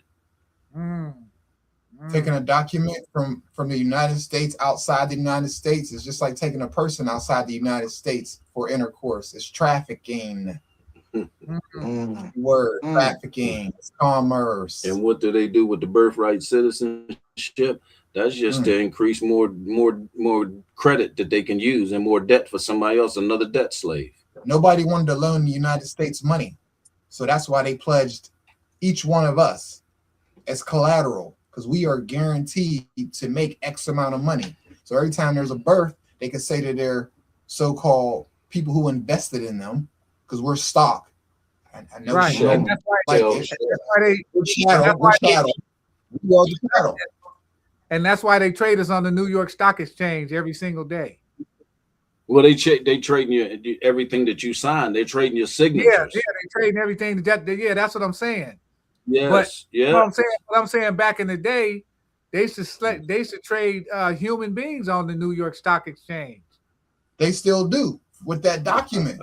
Yeah, with the We are a document. number to them. We are not flesh and blood to them. We a document. Right. A Facts. banknote. Matter of fact, we a banknote. On the bottom of the birth certificate, on everybody's birth certificate, that border around it, it says the bank. It says it on everybody's birth certificate. The bank of something. It's a banknote. Facts. It's the most criminal, underhanded, geniusly played out work of art that it ever have been. For real, Because for the real. research is, and So let me ask y'all this: when do you think the people gonna wake up to this nonsense? what we slowly are, it's just not out there like real big. But if you just go to Google and type in Moorish government, you're going to see all kind of places and people come up. When we come together, And you see instead of that fighting against each other. just like we was talking about last time, the sister from California did it. Everybody was supposed to march on DC on what day was it? The first day of spring. Oh, yeah. It was supposed to be the meeting of the Moors or whatever in DC. But it didn't go down the way it was supposed to. So the energy was there and the buildup was there. Just, situations and circumstances, it didn't turn out the way it's supposed to be. But it's in everybody's hearts and minds, and everybody seeing what still needs to be done. When he says energy, he's talking about the ley lines. The ley lines in the earth. The ley lines in the earth. Yes. Okay. The natural energy. Yeah. I got Certain times of the year, it's really high. And that was the first day of spring that it was supposed to happen. So it was welcome. And then the first energy of the spring, the new year. January 1st, everything's dead. It's cold. There's nothing growing. The new year, the spring equinox. It's green outside. The earth is birthing things. Right. Facts. And then that's why they give us this damn Easter bunny story in spring. You know what I'm saying? That's got you running around. Fertility. Got you running around finding Easter eggs and shit. People got to throw out the whole calendar. It was much worse than that, though. Man, Easter was much worse than that. What it was originally intended for. Don't forget, it was Rome was so gay. Remember, they said they had no need for women. So in the springtime, in order to birth you know, new kids, they would dress the women up in pastel colors, and they would go out and have sex with the women. They wouldn't hid wherever, and you can just go have sex. It's a dark secret behind all these so-called all the holidays. holidays, which Yeah, are every single supposed one to of be holy days, not holidays, holy days. But what did Queen Elizabeth have before she died? She had the what? The wand, which was the magic, the Hollywood tree, the Hollywood, the witch. She was ushering in all kind of shit. Yeah, and then because that Hollywood is the hardest wood out there. It's real hard. It's real hard to cut through. And that's what all witches used. They used the holly tree for their wands. And remember when Queen Elizabeth died, what did the dude say? They said, now it's the breaking of the wand. So to answer that question, we got to get from under this spell. Yes. We're coming out of it though, because you know a lot of us know who we are now.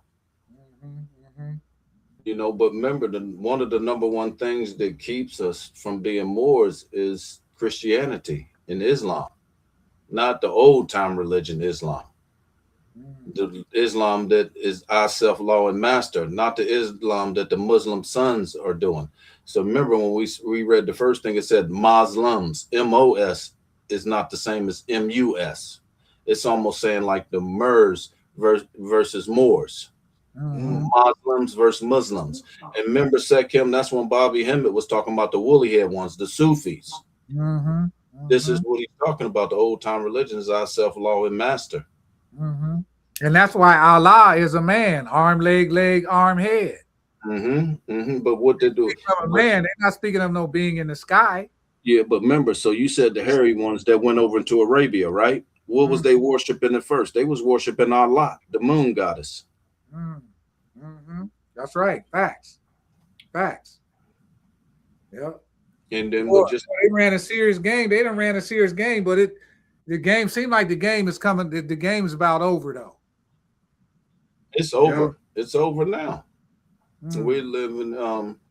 This is why you have these wars that's going on right now. You know, it's look at all the world is trying to tell us who we are. You even got Iran sending messages to black people. Yeah, because I remember when the first war America had with Iran, they let the black hostages go first. Remember, they let the black hostages go. Remember that? Yeah, because it's Vietnam, not all Korea, Cambodia. Yeah, they let the black hostages go. You always got look at the back of America, so we can see you take all that down. You know what I'm saying? And just have us up. Yeah. So, but it Sekhem and A generals, it also does what we're doing right now. Even if it's 100 people, there's 100 people who, you know, is it stuck? Right. All right. Could you hear us, Sekhem? Yeah. Did you hear us on that last one? Yeah. So we're waking up by these conversations like this. It's waking us up. Right. Facts. You know, whether it's 100 people, 200. Each one teach one. That's right. Facts. You know, and this is where we at with it. I mean, and just what we're doing is good, but it's everywhere with this. And when one day it's all going to come together, it's going to be one event. Like you keep on killing these young brothers, it's going to be an event that's going to wake us up too. You know, you cannot continue to do these things, man. You know, and a lot of the videos that I've been watching, it's like the Albions is turning on the other Albions. You know, because they have seen the wickedness of their people, and then a lot of them know the shit is wrong. Nolan Wells, the other dude, you people are still lynching people. You're still eating people. You know, at the top, highest levels, you're human trafficking. I mean, are you serious? This is what's going on in this. If we don't stop it, it is not going to stop. Right. Facts. And it has to be us. And more importantly, it's us from America. You see how everybody want to come for us, but ain't nothing happening now. Haitians came from. They didn't ship them off. Cubans. Puerto Ricans, Dominicans, everybody coming at us. Even Albion, someone, why can't you deport them? Oh, And now no. they're waking up to this. Why can't you deport those black people? Yeah, cause this is our shit. Yeah, now they're waking up like, when they tell us we didn't fucked up.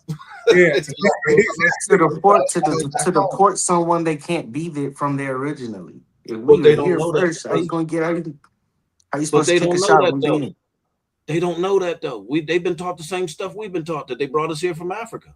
Deport them. They don't understand why you got. the good thing about that is our people are starting to wake up more and more that no, it wasn't no come from Africa. We were already here. Exactly. So But that's you see, great that we waking up to that. I feel like that's where it starts. but you They gotta see everybody, understand. but you see everybody who is waking up, they still want to be FBA, Yeah. foundational black. You want to be Indians. I wish we'd have had that thing. He's seen it. He's seen the definition of tribal. What it say? The three parts of the government: executive, legislative, and judicial branches of government. It didn't mean people in teepees. Right. Yeah. We not no FBAs. We copper colored indigenous. We Moors. Yeah, That's a nationality. That's an adjective, a description of what we are. Germans, You know, like saying black is an adjective. When we dealing with talking about us, it has to be a noun, a proper noun, which is a person, place, a thing, which is a Moor. Right. They're using a descriptive thing, and hell with that. All of us ain't black. I'm brown. All of us brown. I don't know. See, that's a false claim to something that we're not. I got sisters who yellow. You know, you're not black. Carbon. You're not black. I got daughters that are mixed. You're not black, but carbon. So they want the description is what black is the way you act, because all of people who are not black are acting black. See, but they can't be Moors. When I say black, in my mind, I automatically think about someone calling someone black, which is still in their nationality, still in their rights, away from them immediately. Because if you're black, that's saying that you are recognizing yourself as coming from Africa and you are a slave. You have no nationality. You have nothing. You're black. You're in the black. But who did this? Who did this to us? Jesse Jackson, James Brown. Well, when we talk about people like that, we're going to say like they are already in the pocket of the so-called.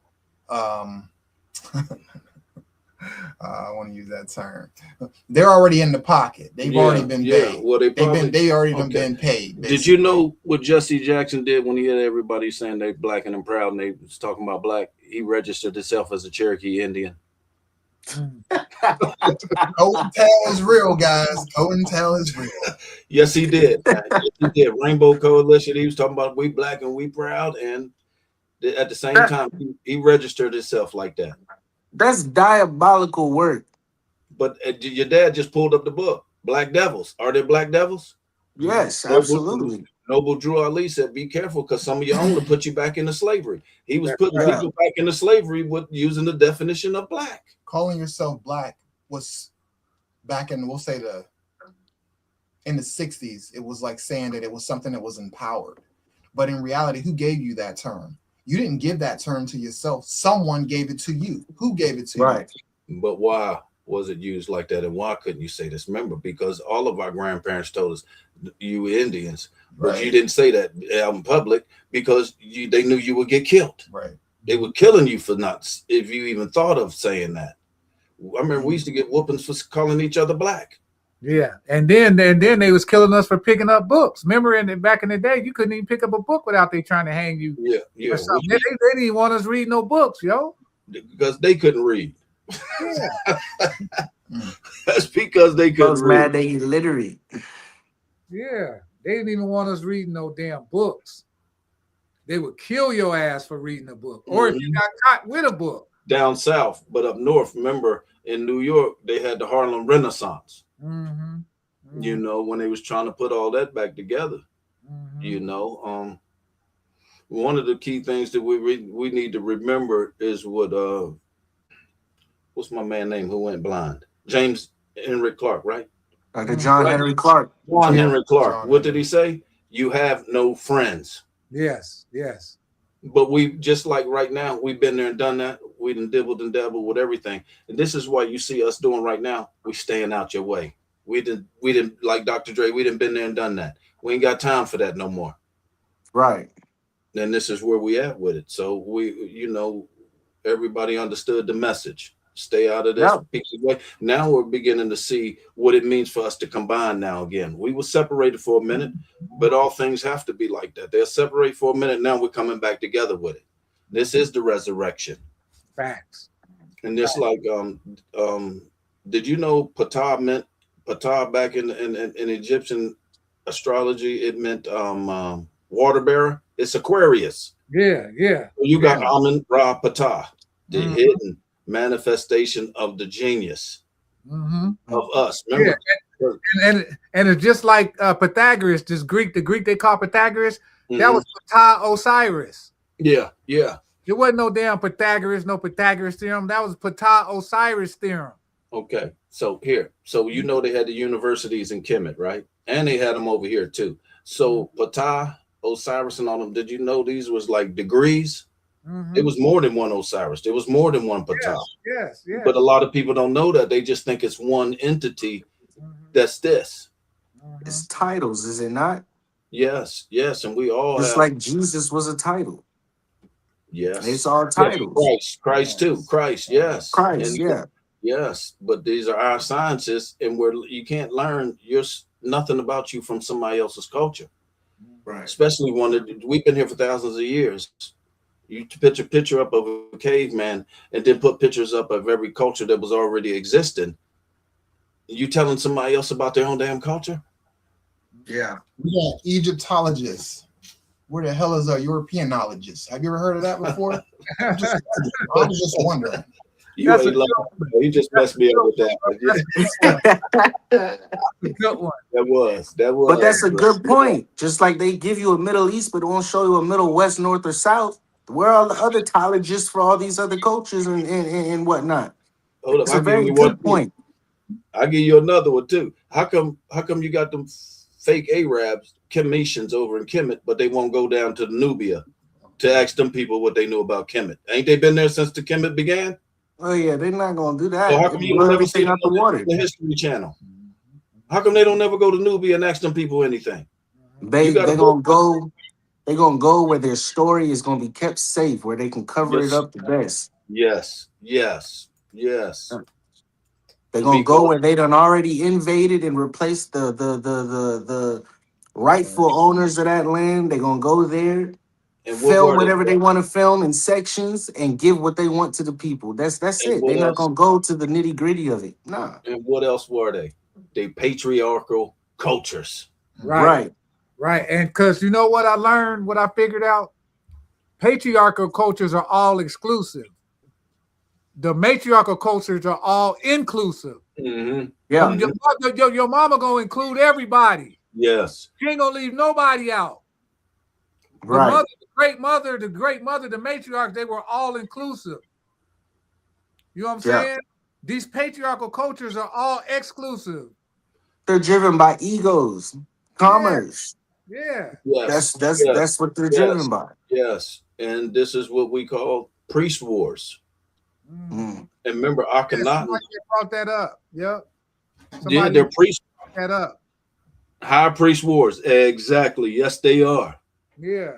Yep. And who went into Europe and Rome to teach them? It was these Egyptian priests. Yeah. Them Egyptian priests taught them people what they was doing. They removed the mother and the child and brought you the Father, the Son, and the Holy Ghost. Yes. Yeah. A Holy Ghost. Yeah, but check this out, man. Y'all check this out. I'm gonna play this video of Bobby real quick. I want y'all to check out what Bobby had to say. Check this out.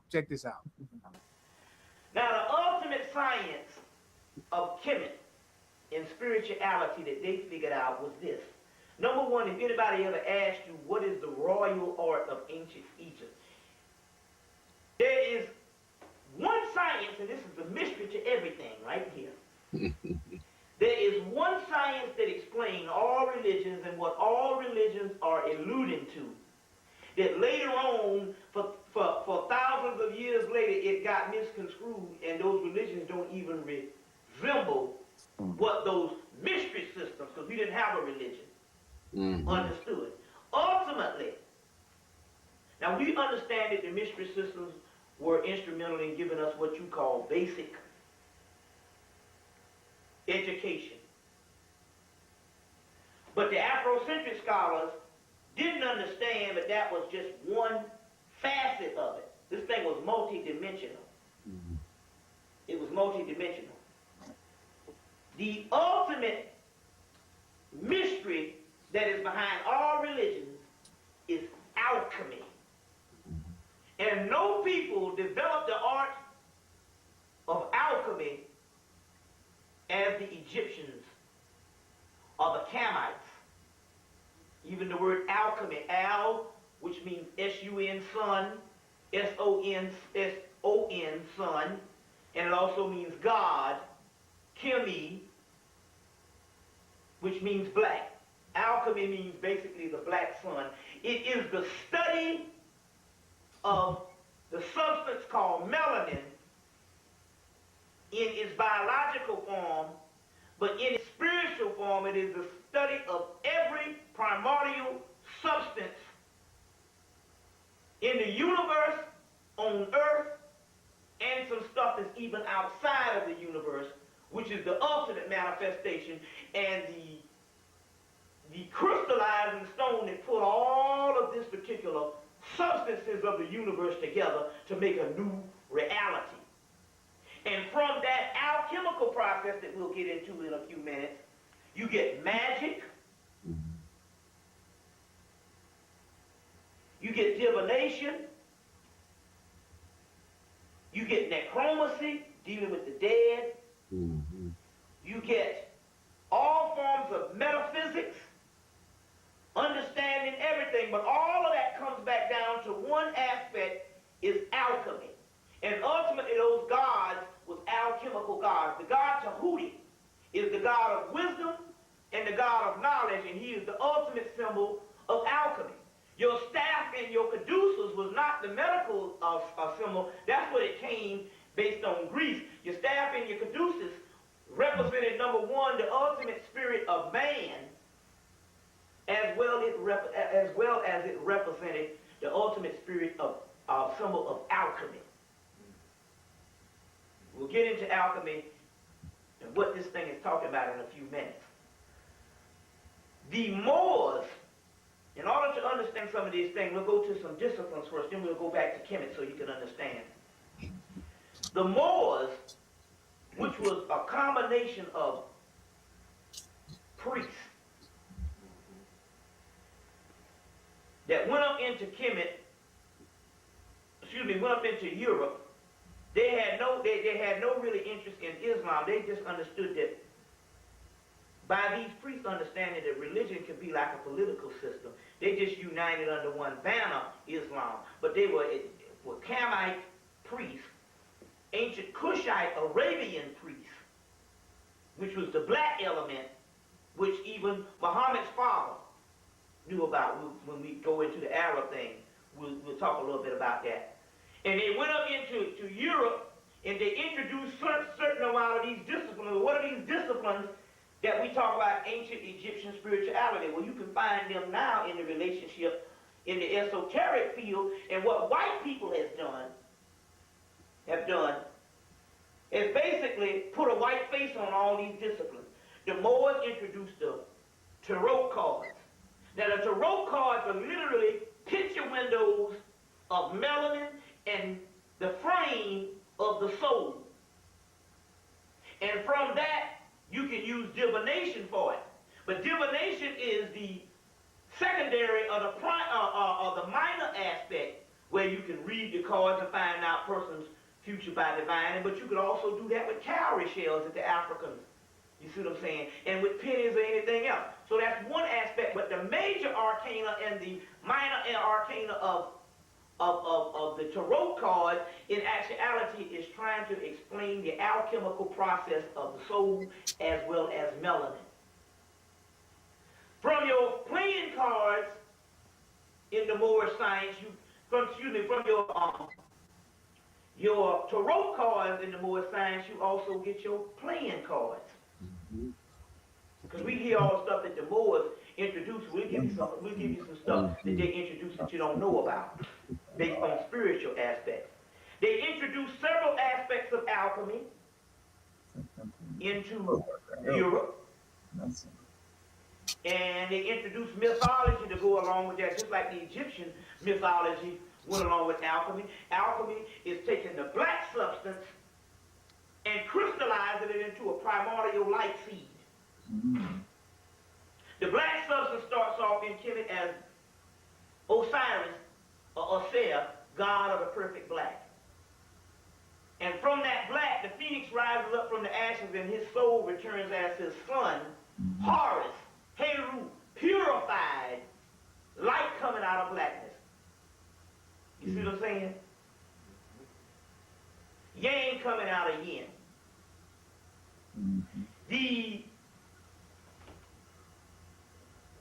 The Moors travel up and they give you the whole Grail mythology, King Arthur and the Round Table, which is nothing but Osiris, and all of that, which later on the British faked and said it was British history, trying to claim royalty. I want to stick with this Moor thing right quick because it will explain some of the occult realms that you understand right now that go all the way back to Kemet.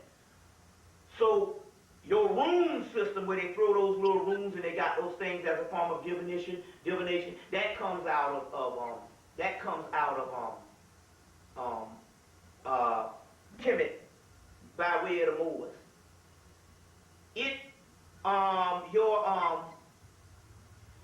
Several magical texts that you see in Europe.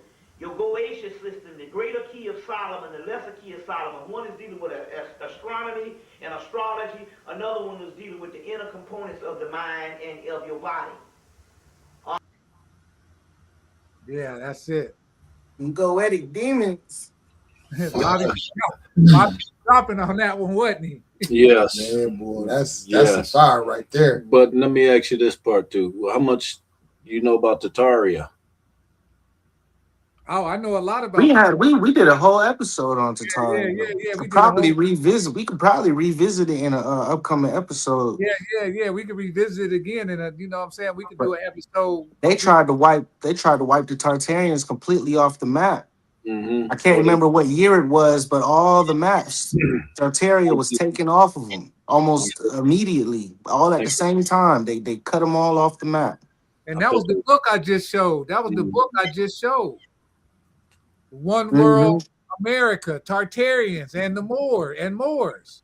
One world government. Yeah, that's what I just showed. That's what I was just trying to show. Yeah, what they won't tell you is that the Tartarians and the Moors were worldwide. What they try to do is section Tartaria off into a little section between Russia and Asia.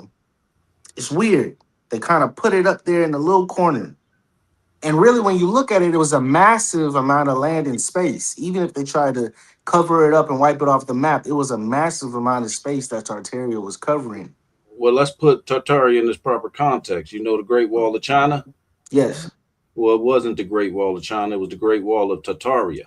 Right. The Great Wall of Tartaria is 13,000 miles long. That's four continents of America. They built a wall. Why would you build a wall like that? To keep those non-humans out. 13,000 miles? That's what I said. 13,000 miles? Massive. Of wall from China. Now remember, China, what was China's name prior to that? It was called Siam. These was the original black Asiatics that was there. Right. This light-skinned Chinese is a whole new thing to that region. Right. Yeah. 13,000 miles of wall. That is phenomenal, man. And it is. It was built. It's beyond impressive. Ain't nobody made no 15,000 mile wall yet since then. and it's been up for how long? How long has that thing stood there? You know, and the most important thing is, what were you trying to keep out? Right. I mean, think about that. That's diabolical. What you're trying to keep out is like that's you really didn't want whatever that was in there to ever come across that wall. Right. And we can see the first hits of what it was is because we know if you look at all the Asia was black, Siam was black, which was China. It started there. What was the breakdown of the whole European continent before it even got here? Mm-hmm. Kemet means black. Yep. The land of the black. But Tatari was also an advanced civilization. But this is when you have those priest wars coming into Europe, like Bobby was saying, these dirty Moors that was going up into the Europe, practicing that dirty black magic. Mm. And using it with them also, you have what? Just like he said, the British tried to claim it. Yeah, Right. the King Arthur and all that. Say that yeah. again, Sec. Yeah, you talking about the British trying to claim King Arthur. I mean, but these was. But did you know the story of King Arthur? Which is you know the story, which was the land of Cam. Right? But you know what? The story of It's King the Arthur. Zodiacs. Yeah, but that ain't nothing but the Assyrian myth retold. Even Bram Stoker's Dracula. Yeah, in that ain't English. That ain't nothing but the Assyrian myth retold in another way. Man, that story, man, when you follow that story from Kemet all the way to today, that story's been retold so many times, but in different ways. It's been retold. The Assyrian drama has been retold in many ways. The most famous story ever told. Yes. Yes.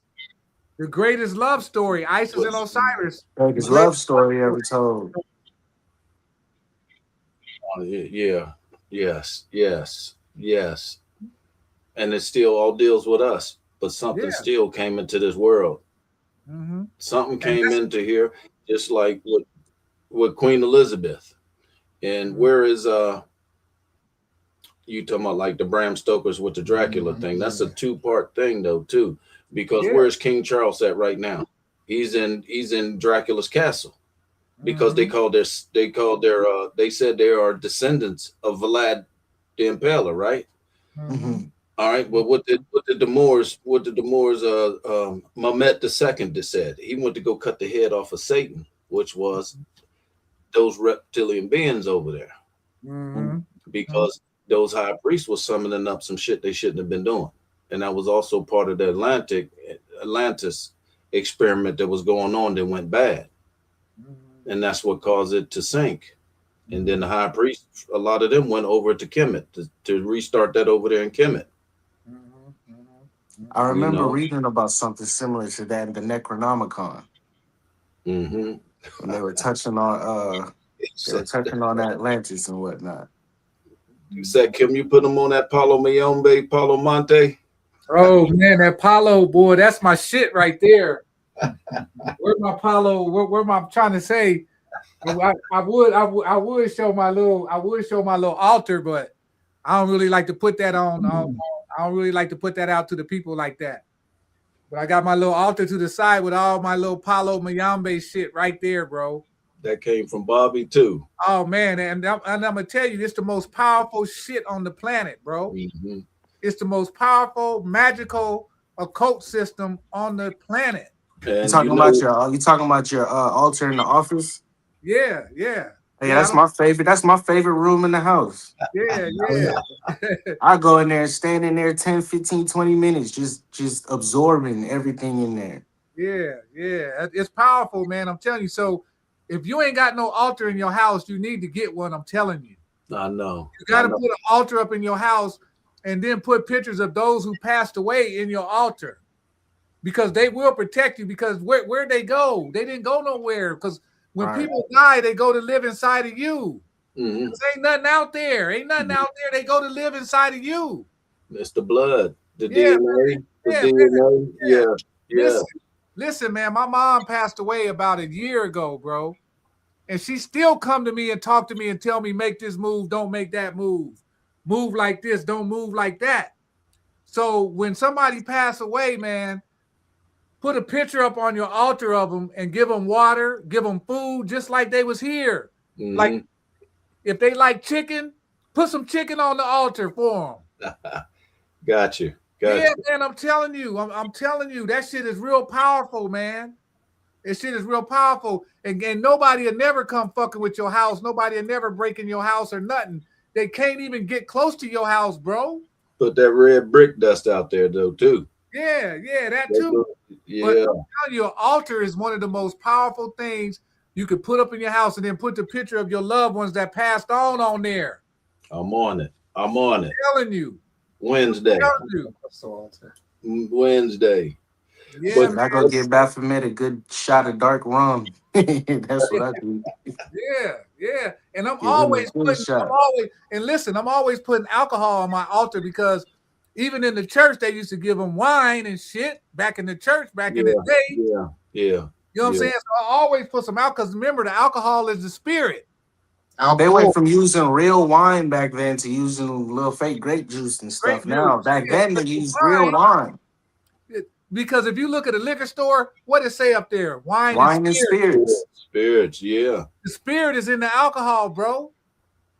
Bobby taught me how to make an elixir. Mm-hmm. Get you some gin, some London's dry gin, and get you some Canadian Mist. Pour half of it out and mix it together because Bobby said back in ancient Kemet, they used to mix, they would do the whole grain and, you know what I'm saying, put the light and the dark together. All the grain liquors. Yeah, then the liquor, they put the light and the dark together and make it more powerful. But these They tell you not to do that. You know, that's a common thing that people tell you not to do nowadays, mix the light and the dark. Yeah. They tell you not to do that. I do that regardless. As someone who does music and kind of uses the shot of the spirit for a little bit of just to get that energy up, kind of like how you do the scene roll to get the energy right. I'll take a shot before I hit the stage. And there's spirits in these alcohol for real. You get to feeling different. Especially if you're in the right mindset, your energy is aligned with what you're about to do. They'll come to you, and you will feel it. You will feel it. That's why I say I get Baphomet a shot of dark rum before I go do a show, before I come on this podcast, before I go to record, and I'm there. I feel it. It's a completely different feeling from. I know, of course, alcohol will make you feel differently from when you're sober, but it's a different kind of feeling. It's not the feeling of, oh, I'm drunk, I'm tipsy.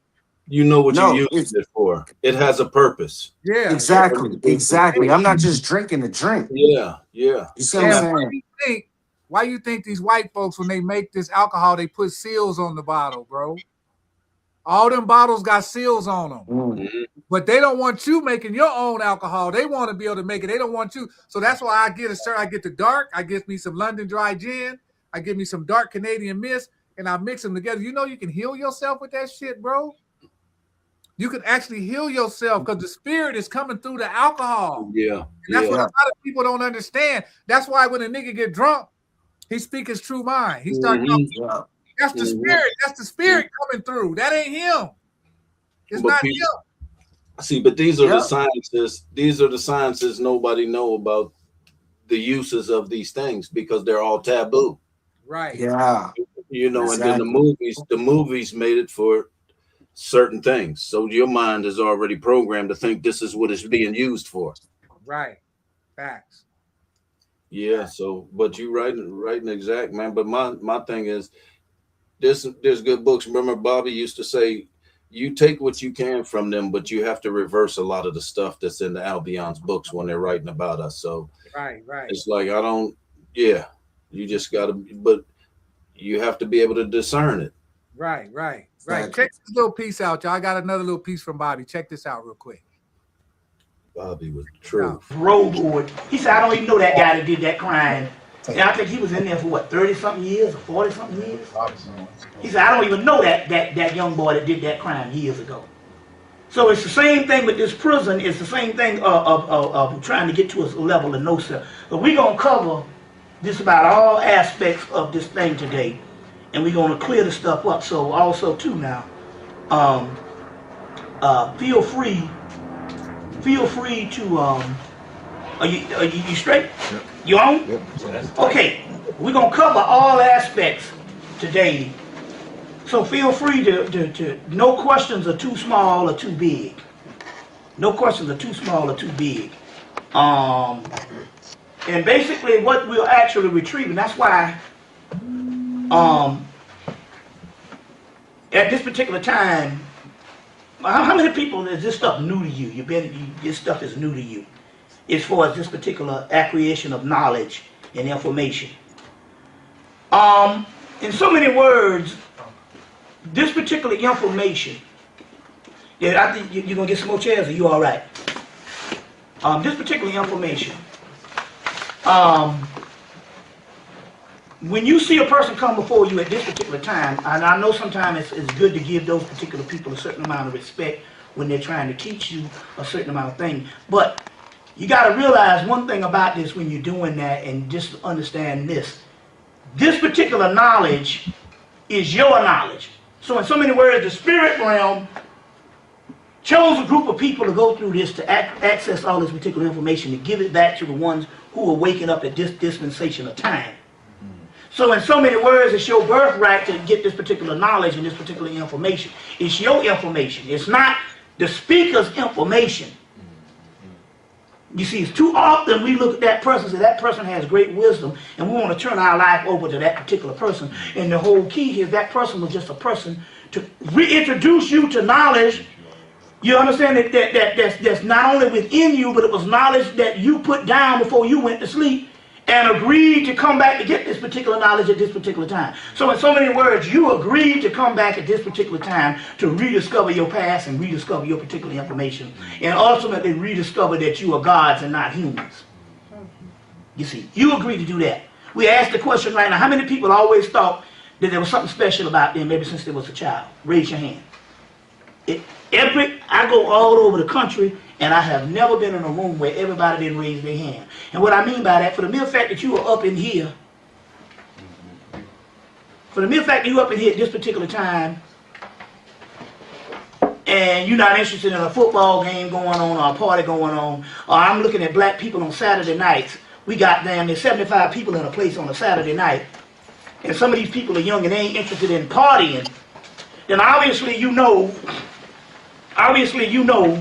that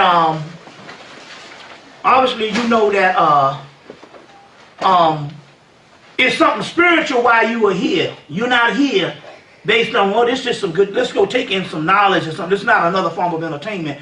You were born to be at this particular time, at this time, getting this particular information, because the people who are to return, we're looking at, they call it the return of the great old ones.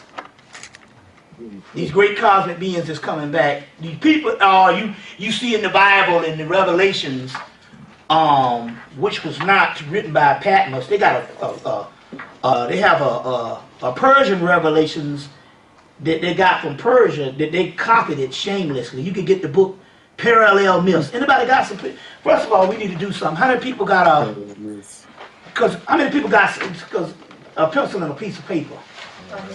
Right. So anybody, you need to, I got some paper here, because you need to write some of this stuff down too, because we're going to cover a lot today. Okay. So if you don't have some pencil and a piece of paper, you all need to share it around, and anybody need another pen or something, or something like that. Huh? I have plenty pens in the car. How many pens do you need? Yeah. Yeah, go get some pens. And we got plenty. Yeah, I'm gonna get us. Got paper, because you need to write this stuff down, because this is no different than any other class. Emory, Georgia Tech, Georgia State does not come to the market on motherfuckers learning nothing. You see, and especially when it comes to them giving lies or whatever. No, they have truth there. It's just, you go there, they tell you time is money, and you better learn what. Yeah, I just wanted. It's crazy that he mentioned Georgia State, because remember when I attended Georgia State, I stopped going to my history class because they were trying to say that we were slaves, but really it was indentured servitude, that we chose to work for these Caucasians and whatnot. I stopped going to the class. Did not care. I wasn't about to sit. After I got in that argument with that history teacher, that was the last day I went to that class. And I did not feel no bad type of way about it. I was not going back. Let me tell you something funny about college. I had a history class. The teacher was Russia. So I wrote my paper on the Moors and all this stuff, turned it in the next day. I didn't save it. You know, the only paper he lost was mine. I'm looking, I didn't save it, man. So I had to hurry up and go back the next day and write the paper over. And it was like, How the hell you lose my paper, man? Nah, he ain't lose that paper. I know he didn't. He didn't like what was in it. Nope. Because now Nope. you're dealing with psychopath. Because one of the definitions of psychopath is the grandiose mentality that you're more important than anything else. And when I'm stepping on you, start stepping on these people's egos, they don't know how to handle it. No, they don't. You know, They do not. They do not. But you can't argue with them, but because what they're dealing with is revisionist history. His story, not our story. Yeah, and they started rewriting all the history books over in the 1860s. Everything prior to that will tell you the truth. Yeah. You know, this history, this system was designed for workers. It was designed to make people ignorant. Yeah. You know, yeah. It also allowed the Albion to take his place, where at the same time we're researching this stuff and it's putting us down. Right. You know, and some stuff is just basic common sense, but is it really common? It's not. Common Because sense ain't common. You'll have people saying that the pyramids is in Arabia. You know, it's like, are you serious? It's in Africa, but y'all didn't build them. You know, anything to make you dominant, because in their psyches they've been made and programmed to think that they are dominant over us. Yep. Wild behavior. This is what the program teaches them. Yeah, yeah. And that lecture I just showed y'all, I was actually in that lecture. That was my camera filming that lecture that I just showed y'all. Beautiful. That's the first night I met Bobby. Man, it changed my whole world, man. When I left there that night, bro, I was a whole different being. Hey, so Sec, you know, when you sent me all them videos a long time ago, this is the brother who was getting them. Oh, that's a yes, okay, yes, bro. Okay. That was the Bobby Hemmett Arlene. Yeah, Delbert Blair. Delbert Blair. Yeah, that was all you. Speaking to answer this question that just came up from live W3N, it said, wasn't that the lecture where Bobby Hemmett was trying to reach those Nuwabians? They were trying to get Bobby, and he held his own against them. Yeah, I was a Nuwabian at the time. At that time, I was a Nuwabian. I was following Dr. York's teaching. But Bobby, I remember those days. Yeah, but Bobby came and Bobby opened my mind to a whole nother level, man. That night, I'm telling you, it was about 75 of us in that room that night. And Bobby, everybody left there that night amazed, man. We was all like, damn, it was almost like he opened up our DNA that night. He did. And there was this one brother in there that kept challenging Bobby, kept coming, and Bobby put him in his place, man. But the way Bobby put him in his place was so smooth. The brother by the end of the night, he was all on Bobby's nuts. What would the people say? What they say? Dr. York he wasn't the only one who had knowledge. Right. You know, but nobody else knew anything else. Right. Remember, because we're talking about the advancement of the internet. Right. With videos and stuff that was coming out. You know, Bobby was on another level, man. I'm telling you. He said Bobby invited us to us. No, go ahead, Tumani. That's what you did. That's what Eileen. Yeah. You sent us that damn DVD. I was walking around for 2 weeks. Like, I couldn't take it. I had to go to North Carolina and see him. I was supposed to be on that trip too. Kim was supposed to be there too. Yeah, I sure was. I didn't make it. I couldn't, but I wish. Hey man, you don't know how bad I wish I could have been there, because that was my thing. I always wanted to be around them great teachers, man. Yes. I always wanted to be in their presence so I could feel that energy. That's why I came down to Georgia when I was going to that school. And who would I bump into? You and Uncle. Yep, sure did. Me and Uncle Cat. Yeah. Yep. At the All Eyes on Egypt. Yes. And then we was at the Shrine of the Black Madonna the first time. Madonna. Yeah, that morning, Saturday morning at the Saturday Black History class. Hey, you took me there a few times. Yeah, Skid. Yeah. I should take my son down there with me. I can remember the switch from Nuwabi to the higher information that you was getting from people like Bobby Hemmett. Because I remember, you know, you were teaching us the language and stuff like that. We were saying Neferbaka every morning, which means good morning. Nook and Sugar and Took, which meant good night, all of that. And then one day, it flipped into a whole different realm of learning, and I was kind of like, huh? Hey, young brother, we was like that too. I mean, Mm. but when it's time to change, you either go with it, it's for your advancement. You got to Yeah, move with the energy. gotta move. You can't stay stuck in one spot. Yes, man. It's only just like Knowledge Dr. is York always said. knowledge is always growing and advancing. And This is that's only what I've two. learned. That's what I've learned, because honestly, when I was younger, I didn't fully understand everything that we're talking about right now. But as I got older and I started seeing how the world is moving and how it's working, and dad's still, giving me information and knowledge that I'm absorbing. I'm listening to Bobby Hemmett videos, Dr. John Henry Clark, Dr. James Smalls, Dr. Phil Valentine. I'm listening to people like that. And I'm starting to understand, okay, dad's got a point with this here. Something's not right with this education system. Nothing's making sense. What is the reason? Which put me into this straight down. Once you get caught in the rabbit hole, you're gonna keep falling down the rabbit hole. Oh, it's going to hurt you if You're you gonna if keep you going stop. down the rabbit hole. So that's pretty much what ended up happening with me, because I wasn't fully understanding it. I don't think I started fully grasping the information dad was giving me till maybe like 16. And things just started clicking. Mm-hmm. Things started making sense. By the Well, time I turned 21, I saw the world completely different. but what did Tony Broder say? He said, Anthony Broder, he said, once I left my formal education, my real education began. So Right. you was in two different schools trying to put them together. Right. Yeah. And No, it wasn't making no sense. no, It wasn't because making no type of that's sense. formal. That's formal. That's what's given to everybody. But your real Right. education is what we're doing now. We Yeah. re-educating ourselves. Yep. I used to take them to the land and everything. I used to take Ski to the I land. Remember, remember that. Dr. York had a 400-acre Egypt of the West right here in Georgia. Pyramids and everything. Pyramids and everything. And I used to take my family there, man, all the time, bro. We used to go there and spend the weekend. One time I was on the land, man, Tamaray, Egypt of the West.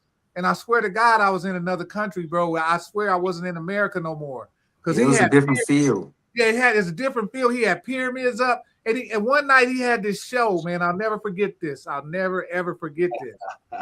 He had this show where he had these little girls singing, but they were singing in a whole nother language, bro. But that language was speaking to my soul. Frequency. Yeah, Frequencies, it exactly. wasn't speaking to my human being. It was speaking to my soul. It did what music is supposed to do. Yes, Yeah, As a musician, that's real, true music. When you feel it in your soul, not hearing it through your ears, but you're Yeah. hearing it through your soul. You know what else that was? You know what else it was? What's that? Culture over the comma. Yes. Culture. Because those little A girls, super dosage of it. those little girls weren't dressed in American attire. They was dressed in ancient Egyptian attire. That's the culture. So they was imagine if singing- all of America was like that. Yeah, What would you see? What would the singing a energy be? Man, it was amazing. And Beautiful. everybody there, all the sisters had natural hair. I mean, it was amazing, man. The land was built up with the people that was on the land that lived there, the pyramids and everything. Man, if you ever seen it, it would have blew your mind, man. Dr. York, They had to tear that down. They had to tear it down. They had to. because it was It was amazing. too powerful. Yeah, it was just amazing, man. It was That just was literally alchemy in amazing. its highest form, But right you there. know who tore that down? The Albion Masons. Yeah, The Albion Shriners. They knew what that was. yeah. And you know who put them on to do it? The ADL, them small hats. I was getting ready to see it, but I'm Small glad hats. hey Sec, I'm glad I paused on you. I was getting ready to say He said them Sec, small you was about to be on hats. strike 8 up in this motherfucker. Man, We ain't pulling Yeah, cards. the small hat's the one who put them on, Dr. York. And they went and shut him down. Yep, they sure did. They shut him down. And you know what, man? One night I actually met Dr. York. I was walking through the land, Tamaray, Egypt of the West. And all of a sudden I heard somebody say, "Young brother, are you afraid of the dragon?" And I turned around and looked. It was Dr. York. I was looking right in his face. And I said, huh? He said, "Are you afraid of the dragon, little brother?" And I just looked at him in amaze. I shook my head. I said, "No." And he just put his hand on his heart like this, and he just walked away. So I went back to my mom because my mom was there that night. I said, "Mom, guess who I just seen?" She said, "Who'd you just see, baby?" I said, "I just seen Dr. York." She said, "Really?" She said, "What'd he say?" I said, he asked me, was I afraid of the dragon? And I said, no. And she was like, huh. You know what I mean? And I contemplated that for a long time. What was he really trying to tell me? And then when I went back to Nebraska, where I was living at the time, guess what? The federal government came and gets me and picked me up, locked me up, bro. But I beat the case. So that's what he was telling me. Oh, the dragon. It was like dragon was the federal government. It was okay. Yeah, I had a Fed case. I had a Fed case, and they was trying to lock me up for life, bro. But I beat it. Good shit, Zach. I beat it, and that's why I'm here doing what I'm doing now. Because if it wasn't for me beating it, I'd still be in that damn place. So when he was telling me, asking me, was I afraid of the dragon? He was telling me not to be afraid because I'm about to go through something, but I didn't recognize what he was telling me at the time. Yeah, I'd have interpreted it as, are you afraid of the draconians? Yeah, that is a system. That is a draconian system. Good one. Good one, young brother. That's what I came up with in my head when he said that's the first thing that popped in my head, the draconians. Because I started going through them, the reptilians, the Anunnaki, the Nephilim, draconians. Yeah, he asked me, was I afraid of the dragon? I gave him a look like, what'd you say? He said, are you afraid of the dragon, brother? And I said, I shook my head like this. I said, in a funny, like, I was like, nah. Hey, let me give you a good one. He touched his heart and he walked away.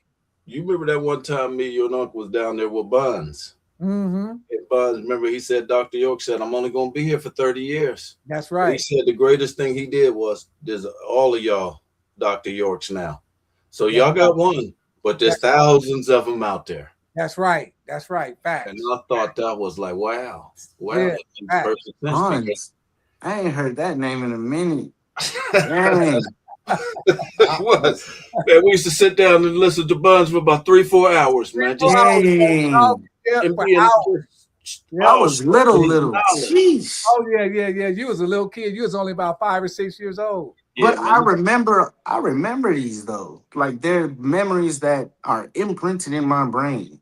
The images, the lectures I did sit in on.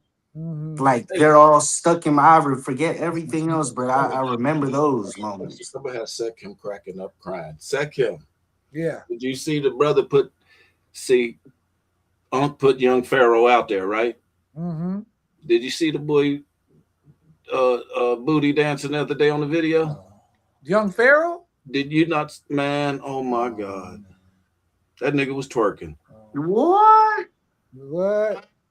You know they had him in a psych ward for a minute. This is after this. This brother just put this video up on there last night or the night before. I don't know if he on drugs or whatever he doing, but he was on there twerking though. Could be his psyche breaking. These psych wards, that them drugs they be giving them, I don't think them things be right. No, they're not right. They alter from a medical standpoint. Because I went to CNA school, physical therapist assistant. One thing that we've learned in both of those courses, medication, those medicines that they give you are to do nothing but slow your brain down and your body function down. Okay, the more you slow the brain, the more it fractures the brain. But he has to be out of there. Are they making him take the prescriptions? Since sometimes it only takes one time. Though. Once you've been in there so long, good point. Sometimes it only takes one. No, good point, young That's brother. part of the experiment. Good point. That's what they did. Because but I was utterly shocked and in dismay at the display. That's wild. That's wild. He posted on like a live or something. Well, but hold up. Remember, he was pouring the Sprite all over his head or whatever too. I didn't see that. I ain't seen none of that. Yeah, man. You might be right, Generals. I didn't look at it that way. That the prescriptions might have did that, but he's. Oh yeah, those prescriptions are no good. They're not meant to heal you. It's just a cover up. How long was he in there? How long was he in there? Oh, he was in there for a minute, man. And then they also sent this small hat female against him. Oh. The small hat, they sent her, and once he met her, he was never the same, bro. They sent the handler. Yeah, they sent this small hat at him. But just like Jenna said, it might have been one of them Draco reptilian. It could have been one of them draconians. Yeah, like you getting too big, and we're gonna shut you down real quick, and we're going to everybody that was watching you, we're gonna give them this now to look at you. That's almost Right. like Try to muddy the image that he's yes. made for himself. Yeah. Dirty up the And that's name. like the small head group you was talking about that went after Dr. York. They went after Michael Jackson the same way. They know how to put it out there, and they're going to use the one thing. They're going to use that child's shit on you. The one thing they know is going to sicken people the most.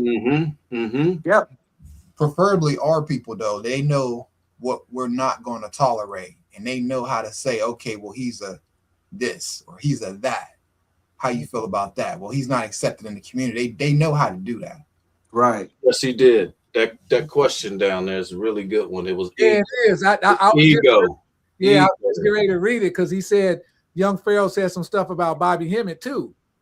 And it could be why he fell off so much. It's sad because bro started off with crazy intelligence. He allowed so much ego in his life. Yeah, that's facts. That's facts what he just spit. We appreciate that comment, God. That's facts. Yeah, facts. Ego is man's worst But enemy. but that's why you're supposed to have an elder with you to make sure those things are in check. And see, like back in the day when we was coming up, like 2007 through 10, it was all about the Kabbalists. And what was the Kabbalists about? Controlling that ego. Yes.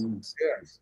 Levels for this. Yes, there is. And you just can't, of course you can get videos, but see that's the difference between when we was doing it. It was reading. It was all reading, man. Then it was the video and sitting down watching a bunch of videos. We watch videos for hours, read for hours. Yes, man. VHS tapes, man. I got notebooks still from 1996. Right. Facts. Yeah. Bible dictionaries. I mean, it was a sickness, for wanting this knowledge. That's right. But when we got to the Kabbalists, emerald tablets and all them things, you have to put the ego in check. I rock with the emerald. I rock with the emerald tablets. Heavy. That's a deep book, but I had headaches for days reading that. Because just trying to wrap my brain around it. It was a lot of information, it was a lot. It was a lot in those emerald tablets. Because as what Dr. York would say, that was another degree. And there came a lot of words, definitions that you had to know. You had to stop and I need to know what the meaning of this word is. Right. So sometimes it'd be 3 pages, it'd be 10 hours. Remember this book right here, Tumani? I got that one right back here. I got him. I got one even better for you. Hold up. Let me one up you. Okay, yeah, go ahead. Let me see that joint. Where that joint at? I got to hide this one because in case somebody come in here and want to get my. He talking about me. He talking about Maru. He talking about the Maru. I don't. Yeah. Hold up. Where that joint? Oh, here it is. I'm about to get you with this one. Bingo. Who got this still?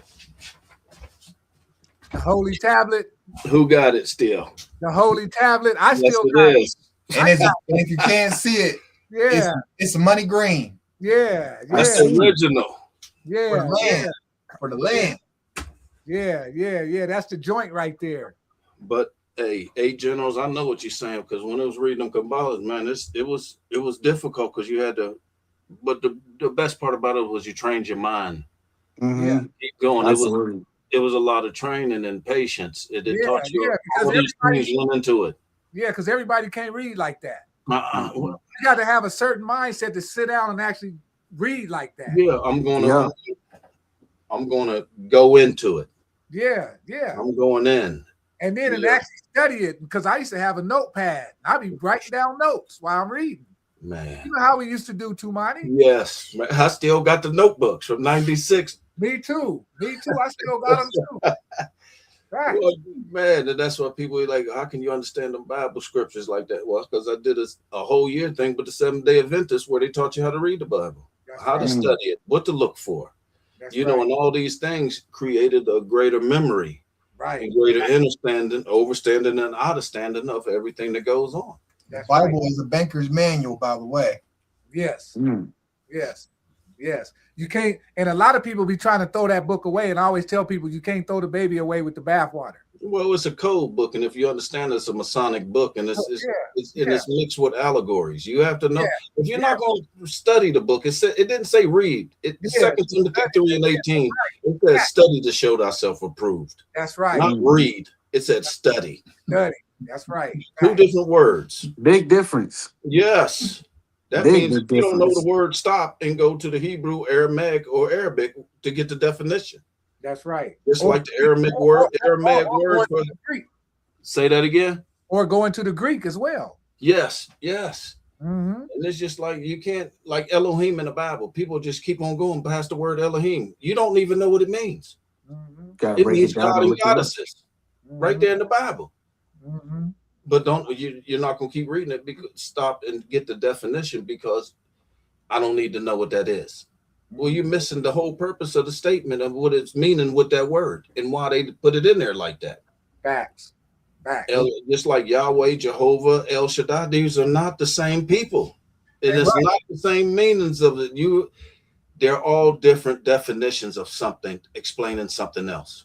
And then what gets me, a lot of people say they're going to heaven, but in the Bible it tells you heaven and earth will pass away. And it also says the kingdom of heaven is within you. It's within you. Yeah, exactly. So that's why I said when your loved ones pass away, bro, they go to live inside of you because ain't shit out there. Yeah.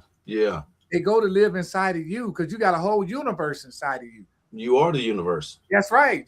That's what you means. YOU, your own universe. Yes. Yeah. So, but these things, they did a good job with the God spell because it introduced fear, spookism. Yes. Spookism. And this is fear is their greatest weapon. And it that works. is their most used weapon. It works. They use fear in everything from their entertainment to schooling. There's fear in everything. And it's all fear repercussions. All try to keep you away from yourself, from your inner self. Keep looking outside yourself for things. And it's not, nothing is about outside of you. It's all in you. And then they sit there and say the same sentence, greater is he that is in you. Well, why you keep praying for something outside of you? Yourself, exactly. Right. Exactly. But this is what's being taught. Spookism. And these preachers are just pimps. That's all. But some of them, I'm not gonna say that about all of them, man. Because I done met some good, I done met some really good preachers too, Monty. I'm not gonna lie to you. Okay. I done met some preachers that really believe in that stuff and they really doing the work. They out there helping people. They out there paying people's rents. They out there turning people's lights on. They out there bringing food to people. I done seen it with my own eyes, bro. So I gotta find his name. There's a preacher that I follow on Instagram actually, and the main thing he tells his people is that this is not a book to be taken literal. It's a book that's filled with symbols and messages, and he's there to help you get through those symbols and those messages. You know, I only recently found him on Instagram, but he's the first preacher I've ever heard say that. Yeah, so I'm telling you, all of them ain't. Some of them waking up slowly but surely. They still caught under that's Christianity. You gotta remember the area we're in too. Right. We're 90-80% Albion. Now we won't see the racist aspect of it, but we're not going to be entertained with it neither. I'm too far out for that. I'm not even going to participate with it because if I'm going to ask you a certain question, if you can't answer it, then I have a problem with that. And I'll give you the easiest one, Daniel 7:25. And the beast shall think to change the time and law. And Daniel and Revelations go together.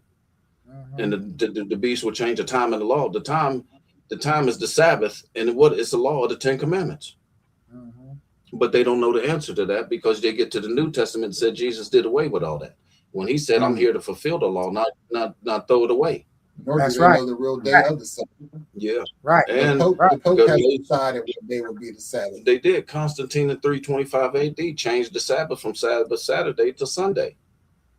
You know, and also in Galatians 4:20 through 22, it says in there, you got to get the old King James Version. It says in there, all these stories are allegories. And Jesus is parables. Yeah, Jesus is ISIS. Jesus is ISIS. Think about that for a minute. Let that sink in. I want to. I want to hear this one. Let's go with it. Jesus is ISIS, bruh. When you look at the spelling of Jesus and you look at ISIS's name, they used to spell Jesus with an I, I-U-S-E-O-U-S. Yes. ISIS. Sure. Because remember, they took the female out. They took the female out. Jesus is actually ISIS, yo. Hey, you know, if you look at the when Lucifer fell from heaven, they called him the bright morning star, right? Mm-hmm. So if you look at Revelation 22 and 16, it says Jesus said he is the morning star. The morning star, right? Right. How come you never hear nobody say that in church? So is Jesus the devil? That's why Bobby hit me on that one. Is Jesus the devil? When he had the what's the set behind him and Horus in the front, and he said, "Get behind thee, Satan." Right. It was set behind him. What you laughing at, generals? What you thinking? Oh no, I'm over here thinking. I'm not laughing. I'm thinking because I heard something similar recently about Jesus and the devil being the same thing. One and the same. One and the same. Yes. And the first thing that I think about when I hear about two supposedly opposite sides of the spectrum being the same thing, the first thing that pops in my head is the Baphomet, as above, so below, polarities. You can't have anything without balance. There has to be polarity. They're on supposedly opposite sides of the spectrum, right? One's inherently supposed to be good, the other one promoting sin and whatnot. But if they're the same being, it makes perfect sense. It would also explain why he reached that title of Christ, enlightenment, right? You have to have an understanding of balance. So if you understand the balance within yourself, learn to check your own ego, that kind of thing. Do your own shadow work on yourself, basically.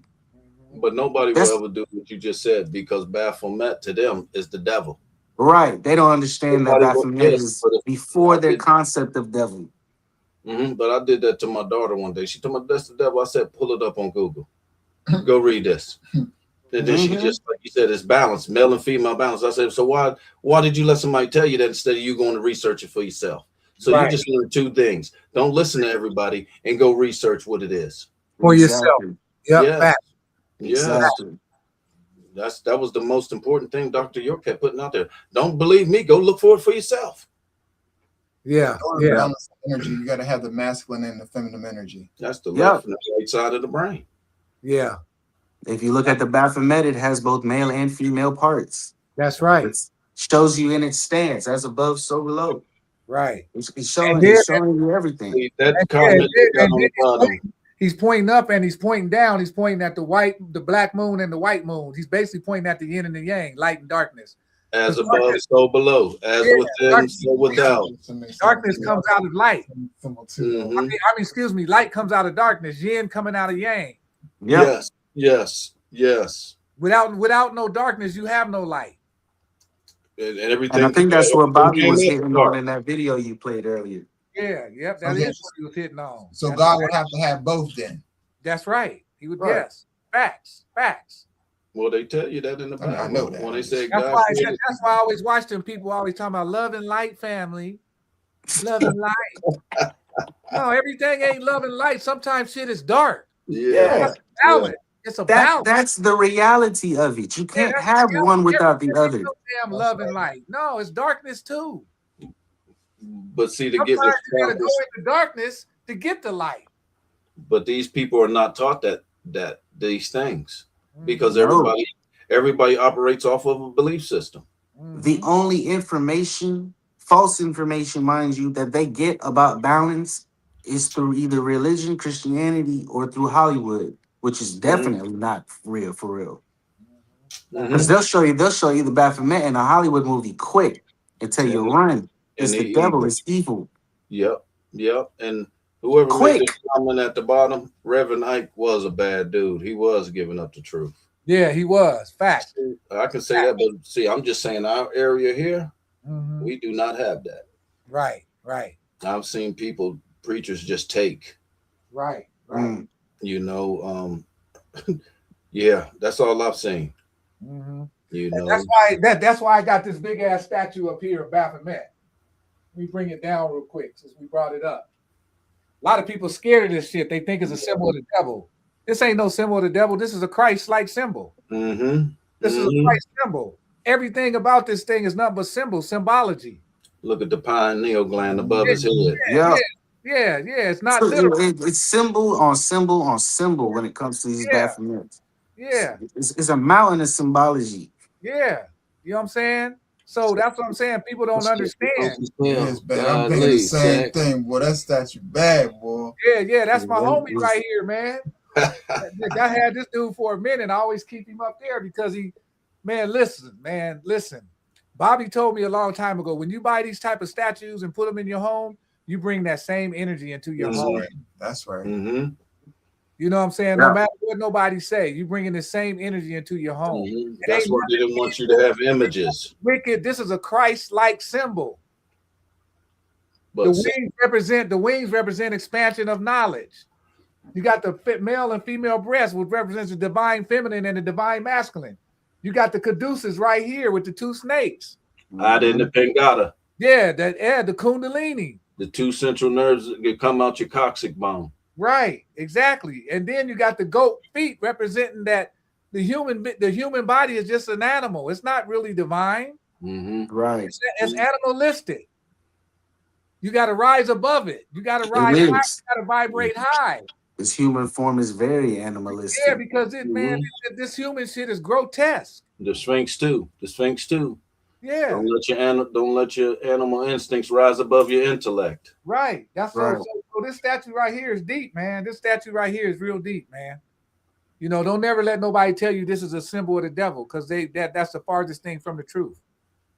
But most Christians see it, and that's what most people are, and that's what they're going to identify it with. Exactly. Because it's another fear tactic.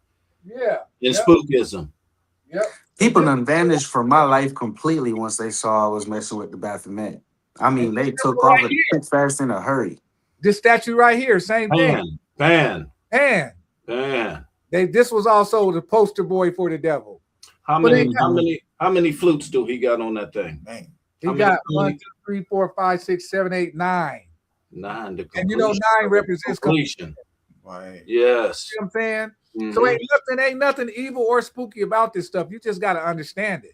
That's why I said, how many flutes did he have on that thing? So see, we knew 9. Now we know 9 is completion. Yeah, facts. So that's why I tell people this was the poster boy. They tried to demonize this stuff. Pan's Labyrinth. That's another movie. What is it? Pan's Labyrinth. There's a movie called Pan's Labyrinth. That's another one they try to spook you with. Mm-hmm. All the Insidious movies, all the Annabelle, especially the Annabelle movies, they love throwing Baphomet in there in them Annabelle movies. I ain't watching. But you notice, if you do watch the movie, I think you should. I encourage everybody to, because they hide a lot of the goetic demons in these movies too. What's I'm watching it in the daytime. Oh no, I watch them right now at 10 o'clock at night. I watch all of them at night. I feel like I don't see everything in the daytime. I gotta get it at night. This one right here, I bought this downtown Atlanta at the Malcolm X Festival. I met this sister down there, and she was selling this for $15, and everybody was scared of it. Looking Yoruba? No, Yoruba? This is a Yoruba. Yeah, it's a Yoruba priest. Yeah. Like a witch doctor. Yeah. When I was talking to her, I was like, you know what? How much you want for that statue? She said, I want $15. I only paid $15 for this. And she said, whoever buys this statue has got a great spirit. That's what she said. She knew when whoever she sells this statue to. Everybody else gonna be running from it. Running. Man, look at that, man. Look at that up close. Look at that. Man, that's a work of art, man. That's the original hair. It's got the original hairdress. That's the other thing, and it's got the colors of the rainbow in it. We're not gonna really go into that too deep. We know what that means. Yeah, that's a work of art, man. Yes, it is. Man. Yeah, it's beautiful. Hey, I be seeing them brothers on the YouTube in Africa with that. You know, them brothers will be moving their feet. They be moving. Yeah. Moving impossible. Yeah, and they be having that on their feet too. Look at that. Yes. Exact replica of it. Real superhumans over there. But Like, I'm for gonna real, tell for you, real. man, when you put this stuff like this in your house, bro, this shit takes a spirit of its own, bro. And it's a very protective spirit. Can't shit harm you, man. Can't shit fuck Okay. with you. I'm telling y'all, I ain't just Okay. saying this shit to be saying it. When you put this kind of shit in your house, bro, let me tell you something. What happened one time? Me and my family went on vacation one time in the summer. Can't remember where we went. We went. I think we went to somewhere. Some kind of. I think we might have went to New York. When we came back home, man, my back door was wide open, yo. Oh yeah. Wasn't shit missing. I remember you telling me I that guarantee too. they ran up Yeah. out of there. When they saw that statue and ran up out of there, they said, "Look, I ain't gonna put nothing on it. I already know." I ain't gonna step. This brother is into something that I ain't about. Walk in the door. Nope. Yeah, That's just misinformation, though. I'm just being facetious. Yeah. That's just misinformation, to be honest. You know what I'm saying? That's why they were scared of it, because that could be their ancestor, to be honest. You know what I'm saying? Mhm. They don't know. Yeah. To answer that comment, didn't Bobby Hemmett decode the Baphomet? He broke it down and said all that demonic stuff religious folks tell us to stay away from is our melanin. He Yeah. said Jay-Z, Beyonce, Kanye West was tapping into that power. Absolutely. They Sasha, literally do. They having They rituals sure and stuff like that. Mm-hmm. They have Mhm. whole rituals and stuff like that. Yeah. And then when you're doing the stuff like we do, you know, you keep it away from people because everybody else thinks it's satanic or something's wrong with it. So Right, you don't get, right. you don't, but it's like everybody else because everybody else is programmed Bam, it's right to there. think that it's demonic or some satanic stuff that they're doing. It's But our those that are ready for the information, you can tell them about it and they'll go seek it out. People who aren't ready, they'll avoid it. They'll Yeah. come to it when it's their time to come to it. Do it. But Yeah. you really can't avoid it because it's in your Bible. Didn't Samuel and David go talk to sorcerers and witches? Yep. Yeah. Necromancers. Yes, and but what was said? God ain't say nothing. Mm-hmm. Yeah. You know, but that's the thing about studying. Mm-hmm. You know, they didn't study that part of the book, so they don't know what's in there. Well, neither does anybody talk about it when they're telling them these things, because it should make you consciously think about why is this in there and what does it mean when it's talking about this situation in the book. Mhm. Someone said Panic's Baphomet for Dummies lecture was the best. Yeah, it was. Panic was I tell everybody, Panic was my nigga, man. Right? Panic was my dude. I mean, Panic was like Bobby's left-hand man. He was on some different stuff. Yeah, Panic was on something different. And I'm gonna tell you what I learned from Panic. The best information I got was you don't never be scared of leaving here of death. You can't fear death because we all got to take that ride. I don't give a fuck how much you fear it. We all got to take that ride. So when it's time for me to ascend and take that ride, I ain't gonna take that ride but one time, because Tupac used to say, "A soldier dies a million deaths. A coward dies a million deaths. A soldier dies one." Yes, yes. You know what I'm saying? Yeah. I ain't gonna take that ride but one time. So when it's my time, it's my time. Period. Ain't no need in bucking and crying and being fear and all. No, when it's time to go, it's time to go, yo. Oh, because you have it outside of your consciousness that hell is. You know what hell is. Mm-hmm. You know, most people who are scared to die, they thinking about heaven and hell. They have to think about what comes next. Right. Yeah, what's outside of yourself, but once again, heaven and hell is in you. It's what you make it. Yeah. And I'm gonna tell you something right here. This was one of Panic's favorite books. Psychomancy, secret of psychic power control. Man, listen, this book has so many exercises for your mind. Okay. You'd be surprised at shit you can do once you get this book. You start practicing shit in this book and those mental exercises they got in here, bro, you be doing shit you never thought you could do. You be achieving things you never thought you could achieve. This is a very powerful book right here. If nobody don't got it, get it and put it in your library. I'll add to that. Losing your fear of death will open you up to a whole different experiences and a new way of living too. This book right here, if you don't got it in your library, get it. I got you. I'm PDFing that tomorrow. It's worth every penny. It's worth every penny. Got you, Zach. Got you. You can take your mind. You know what I learned? You could take your mind and have a glass of water sitting in front of you. You could take your mind. That water could be cold. You could take your mind and put your finger in that water be boiling hot. if you focus on that water enough and with your intention, That's the alchemy. man, your mind is the greatest weapon you could ever have in this realm. If you know how to use it, That's why I be getting books like this, man. Because I don't think like the average Joe. No. I don't think like the average Joe. I think outside the box all the fucking time. Well, because you see what's real. You know, nobody is directing what's in your mind or who's putting what in your mind. You took control of your own mind. And I don't really care if I got 1,000 followers. Like Bobby used to say, I don't want nobody follow me. Don't follow me around the goddamn corner. I just want you to go get the books and go get the shit and learn it for yourself. Don't follow me no goddamn where. I don't want no followers. I'm telling you. I'm just like Bobby. I don't want no follow. Don't follow me around the goddamn block. Follow your own soul and follow the knowledge. Yeah. You know what I'm saying? What'd he say? Damn, Brother Panic was a real brother. His knowledge on gnosis was deep shit. I was watching the movie Cool World with Brad Pitt, and I thought about Panic and Bobby. Death is not the end. No, it's never over. Over only means above. Ain't nothing never over. Y'all all heard this term. Energy cannot be destroyed. It can only be. It can't be created nor destroyed. Right. Yeah. Yes. Destroy it. It only transforms. It only transforms into something else.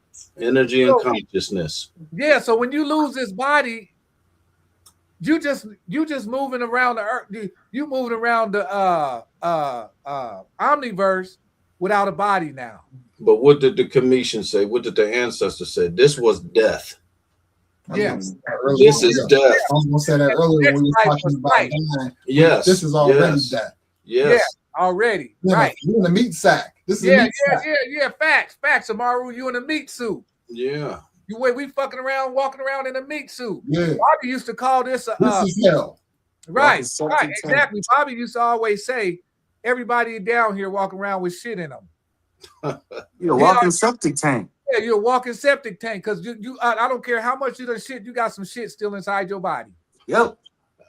And piss, and snot, and boogers. And your brain probably got bullshit too. Yeah, so you know what I'm saying? That this human body is not the best fucking thing that exists. At one time it was, though. It was before this invasion that you can properly use and understand and overstand and understand what's its true intentions and purposes is for. Everything has been distorted. You know, and they just like Invasion of the Body Snatchers. Oh yeah. Panic did say. I mean, Joseph did say that he met. Yeah, brother Joseph did a lot of astro traveling. Joseph Ben Yaakov. No, brother Joseph. You don't know who brother Joseph is? I never heard of him. Brother Joseph be doing. This brother be going into the astro world a lot, man. I watch a lot of his videos. Matter of fact, I met him at the Gathering of the Masters at the New Black Wall Street in Atlanta. Okay. Brother, very powerful brother, man. Very powerful brother. If you ain't never watched none of his videos, I suggest you go check him out. He has a video on YouTube where he breaks down the different dimensions. That is, to me, that was his best video, breaking down the dimensions. We got denominations. What was that Bobby Hemmett book you was talking about getting? What did he say? Say that again, Tumani. Bobby Hemmett. What was that clip you played by Bobby Hemmett? And he was like, you got to get the book. Cyclomancy book. Oh, you mean Brother Panic? No, I got that one, but it was that clip he played by Bobby Hemmett. Didn't he say there was a book you need to get? Did he ever get to it? I can't remember. I don't think he ever said it. Okay, yeah. So I think he got sidetracked. And Joseph, got you. So when we was talking about denominations earlier, we got to remember that most of these organizations are also registered as either a ministry, the Ministry of Defense. So it's still all corporations, but they don't pay no taxes because they're registered under 501c3. All these municipalities. So denomination, that's still yet for money, as you were saying earlier, that still has something to do with religion. Right. You know what religion is. Facts. Okay. So we're going to make sure we get that denominations thing and have that down. Yeah, man, we're going to have to do a part 3 to this one, man. Oh, for sure. We definitely got to do a part 3 to this one because you did your thing in the first half of this, Tumani, man. You and Amaru. Both of y'all came with some great points. I appreciate y'all. Oh man, we got to do this again, man. We got to do this again. Most definitely. I'll say. You know what I'm saying? You think people really understand time and what it really is and how long people been on this planet? Because it would explain a lot more to see how the empire was before it was decimated. Mm-hmm. And you know, like what you just had on that book was Pangea. How did the continents break apart and separate? Mm-hmm. It's still right here. Still Yeah. right See, that's Pangea. here. Yeah. Or in Message to the Black Man, that's what they sum up the world, the Asiatic black man. But remember in that book, it spelled it ASIA for the Asiatic black man. Right. Facts. Why they saying we live on a continent when we're surrounded by water? What's surrounded by water? Islands. All right. That's right. That's right. So It's really time would be important because I got these two books and it would really explain, I mean, a lot about Atlantis is Ethiopia, and also that Catherine Achelanu from Nigeria, where she's going with the Biafra, which they found a city under Nigeria. They dated to 1 million years ago. And she also said these was the ones 1 million years ago after the war with the Hindu wars, where they talk about in the Bhagavad Gita. These people went into Samaria in Egypt. So it said kingship came from West Africa and Nigeria and not from where we always thinking it was from. But Tumani, you got this book right here? Thoughts from the Underworld. Thoughts No, from not the that Underworld. one. Oh, bro. Zach, you always pulling out some stuff. Bro, you got to get this right here, man. It's by Mark K. Charlton Davis. You stay right. You talk to them. I'm gonna get my pencil and paper. Yeah, that you gotta have this.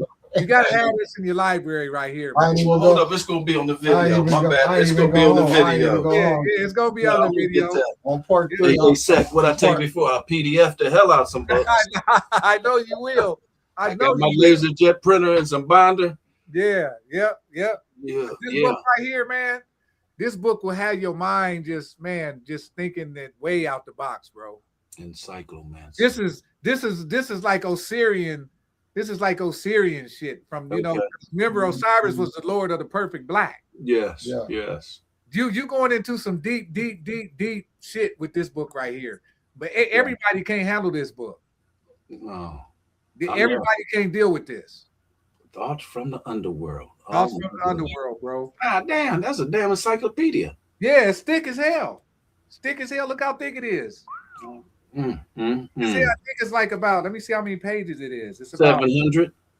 It's about 700. How do you know that? Because I could tell by the thickness of the book. You done read enough damn books to know. You hit that on the head, bro. 700. Yeah. Listen, no, I Yeah. know books. Yeah. I know books. Yeah, but this joint right here, man, anybody watching this, if you can get your hands on this, get it.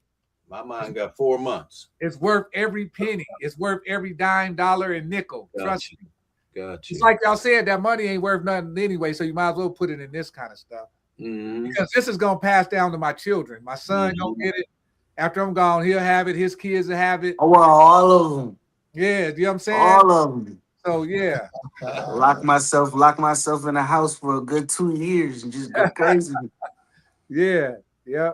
Oh yeah. You welcome, Coley Cole, man. I love doing this kind of stuff, so I don't mind. You know what I'm too, man. This is something I love to do. So yeah, this is just. But these books I'll be showing y'all, if y'all can get them, because they ain't gonna be around forever. So if you can get them now, man. I'm telling you, because they ain't gonna be around forever. I get it PDF and put it in for. I mean, this brother. No, I got about 15,000 books on external hard drive. I know you do. Yeah. I know you do. That's why I said Tumani got a sharp ass mind. When I first met him, I knew it. When I first met him, I said, this brother right here is sharp. I mean, sharp as hell. Hey, you know what I'm saying? Because unlike the cities here, it's really quiet, man. And there's not, you just get. This was meant for us. You know, no matter when you come in, it just mine happened to be at 26. Mhm. You know, We all got libraries over here, boy. Yeah. Like It's too much. yeah, like Hari said, I'd like to see your full library. That'd be impossible. I got books here. I got books all around this office right now, all around this room. I got books upstairs. I got books in this other room over here. I got books all man, I got too many books to show my whole entire. I just got way too many. I probably got over at least 10,000 books or more. He pretty right? much asking for a house tour. Yeah, you'd have to tour my whole house to see them because I invest in books. I invest my money. I don't go buy fancy cars and jewelry and all that bullshit. I don't give a fuck about that shit. I care about knowledge. Man, when I got into this, I was wearing Wranglers and $40 Nikes just so I can buy books. Yeah. I didn't give a damn about nothing else but knowledge. Yeah. You feel me then? You feel me? Man.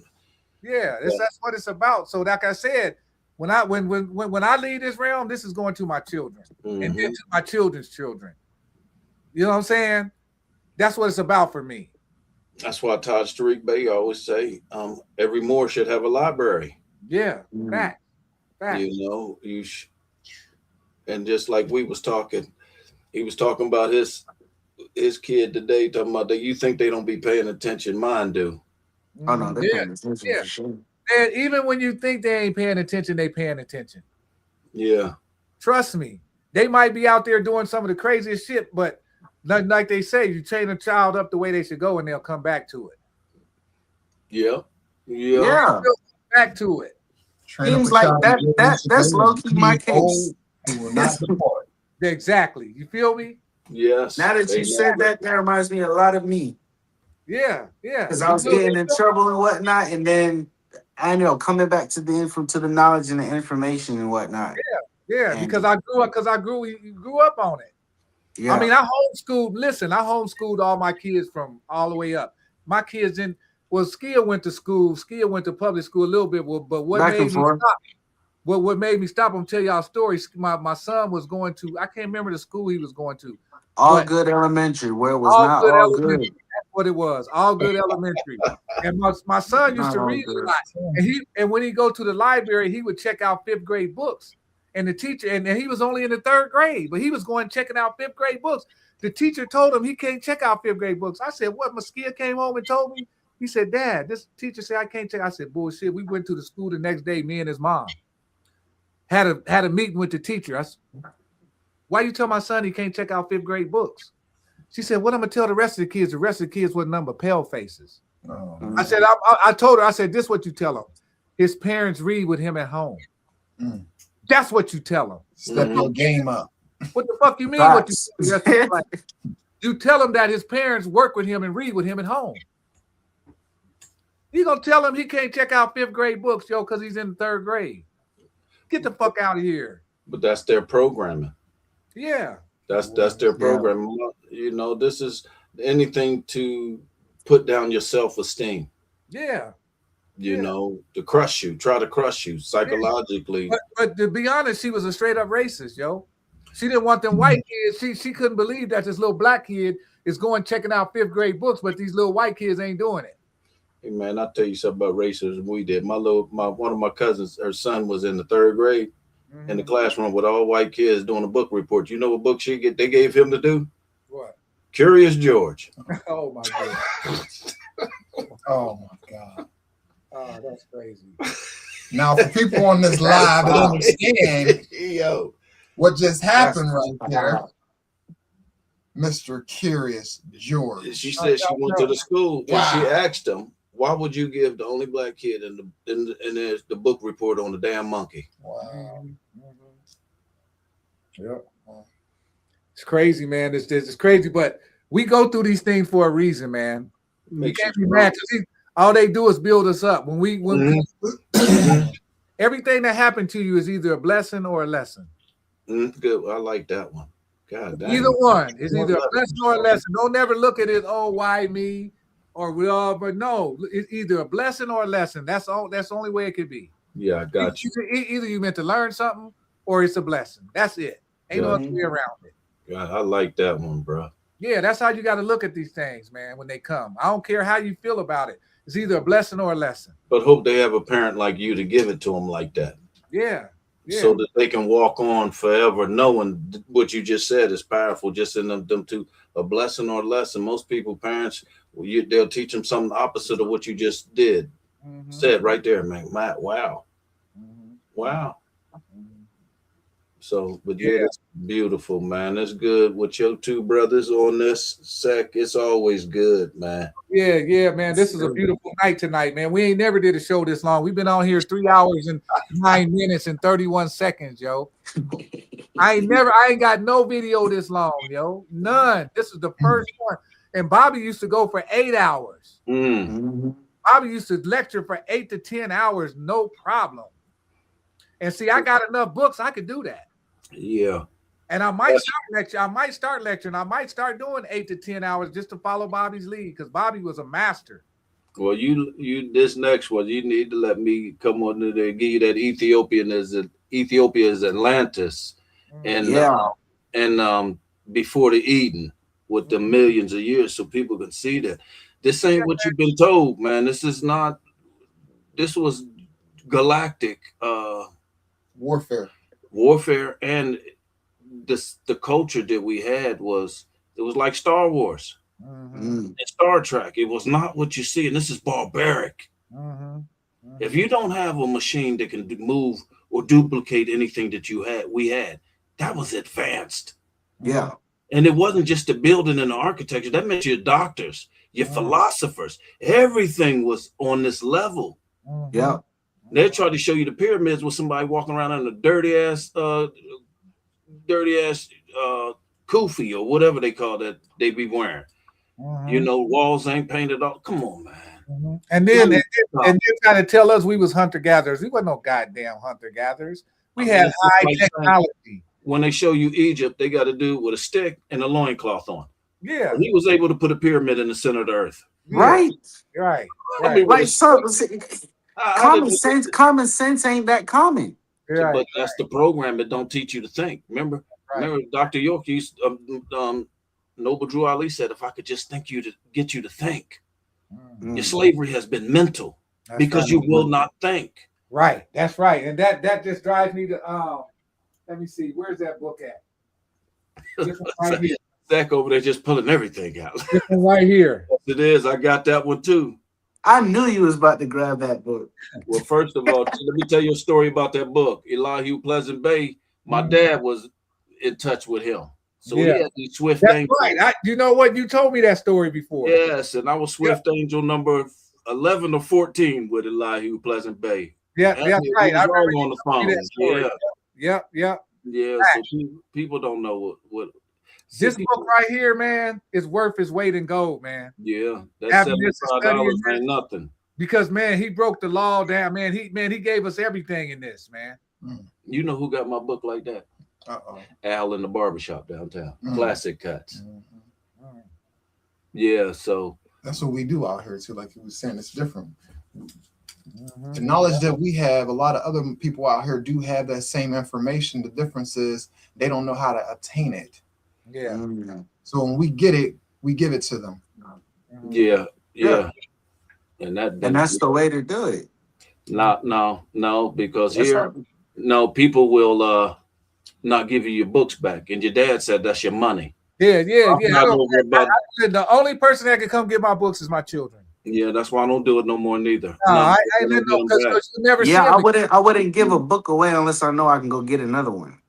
That's just me. Period. I don't give people anything unless I know I can go get it again. I did too, and you know what I did? I bought them books over again, and that was about $500 to $1,000. Yeah, that's crazy work. He got eBay. I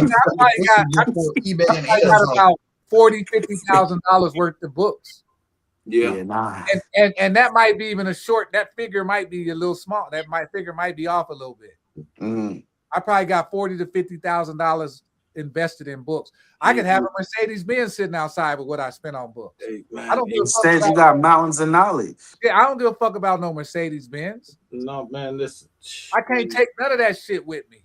What did the Bible say? A little What did trinket. King Solomon say if he's the wisest one? Knowledge is worth more than silver and gold. Oh, that's facts. You can't take it with you.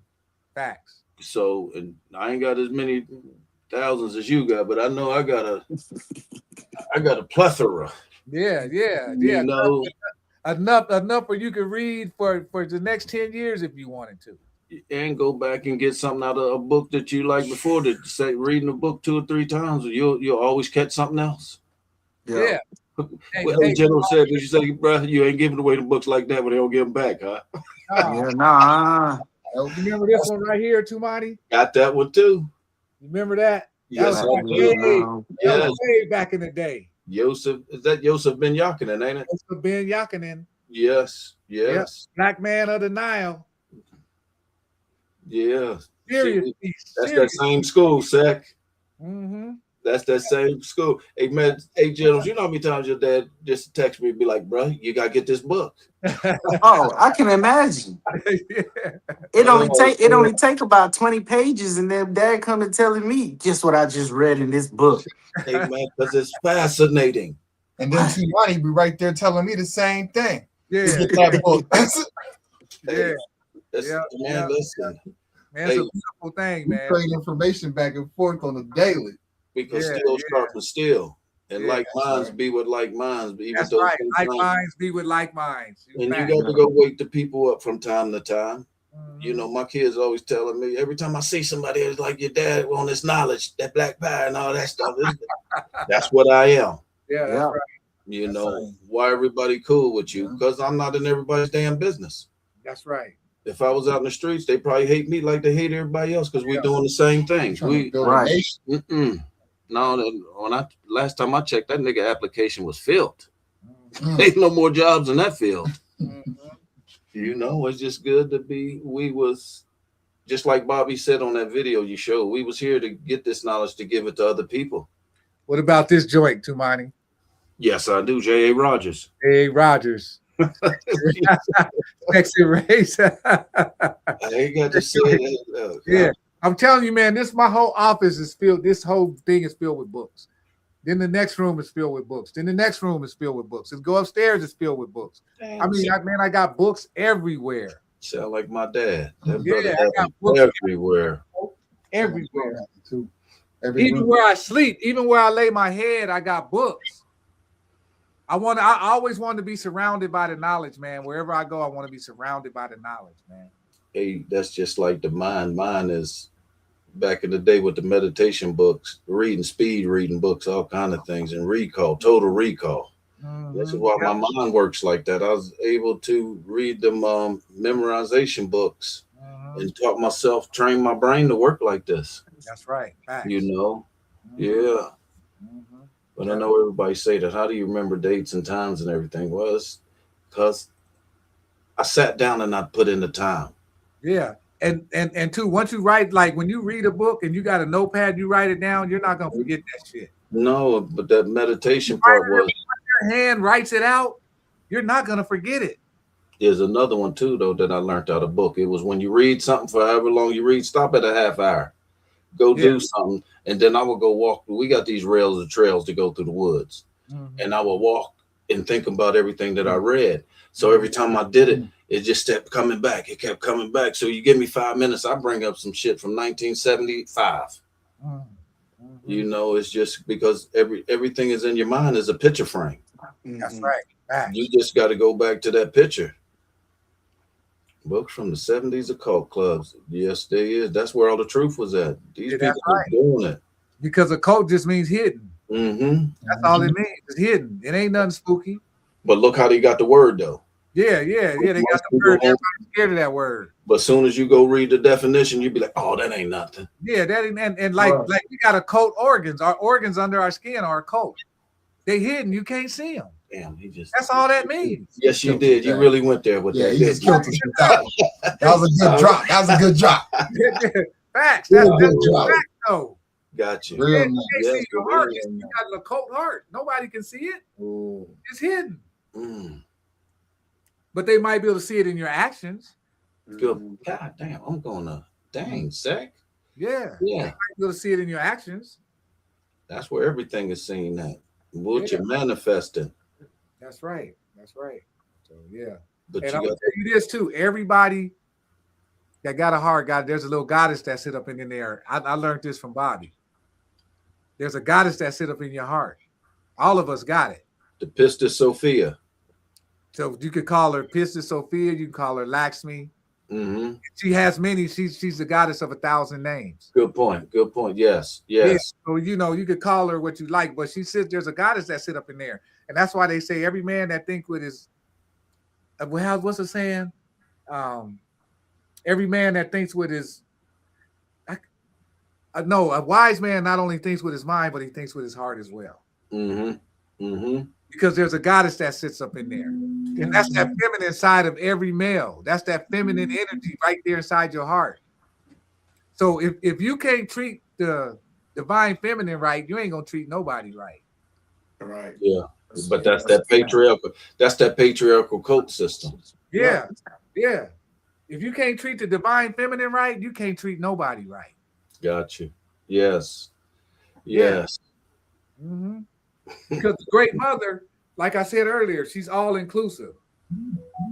She's damn sure gonna look out for her son. Yes. A mother and her son is you can't be.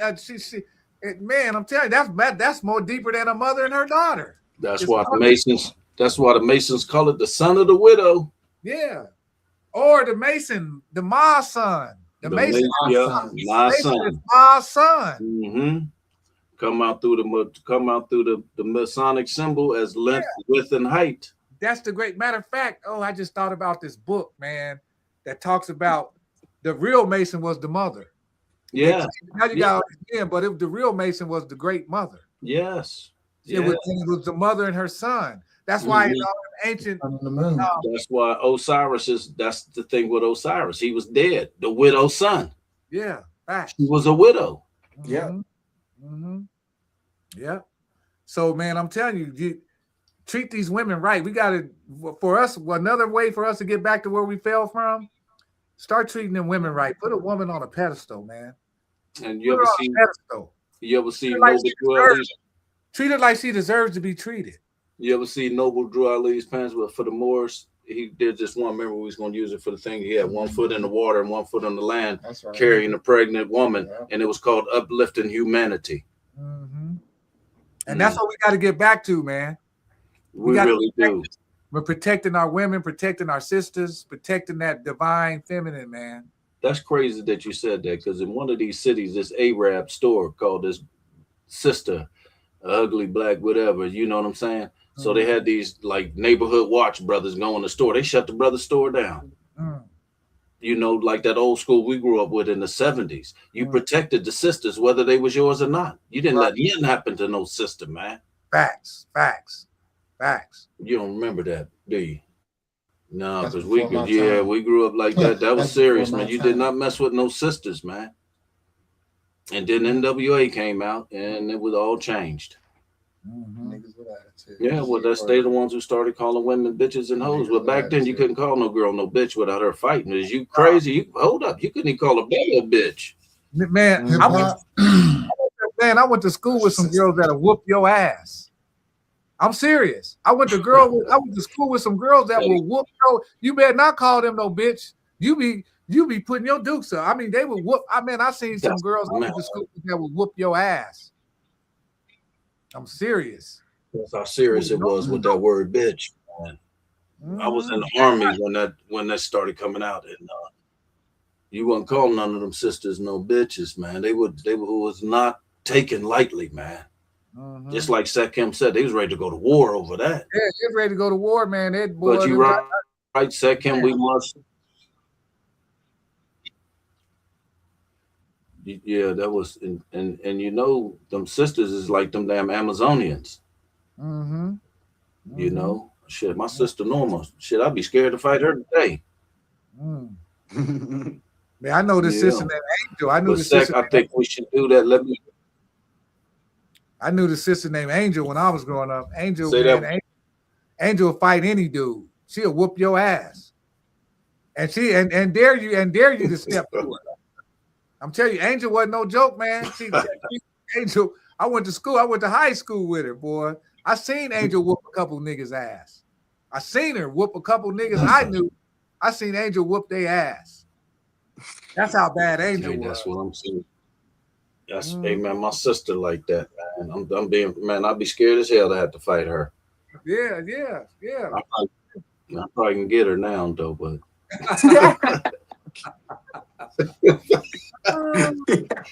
oh, that's funny. no, but they sect though, but they like the Amazonians in California, man. It was a whole tribe of women that they said they beat the Romans. Yeah. How you beat them down if you ain't skilled? That means you ain't scared. Khalifa.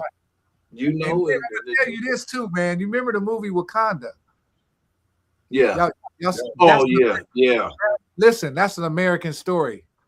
Yeah. That's not an African story. That's a Wakanda. Look up Wakanda, Kansas. Wakanda Springs, Kansas. It's also in Wisconsin. That movie was about the black goddess and her panther. The black goddess and her panther, the Black Panther. Okay. Look up Wakanda Springs in Missouri. That was an American story, and they took it over to Africa, bro, because they didn't want us to know the truth about who we were. So they took it to Africa and showed the story like it. That's some fake shit. Look up Wakanda Springs, Missouri. Don't believe what I'm telling you. Look it up for yourself. That's crazy. That's a fucking American story about the black goddess and her Black Panther. The real Kush Day put that out there too. He went to the place in Wisconsin. It was called Wakanda too. Yeah.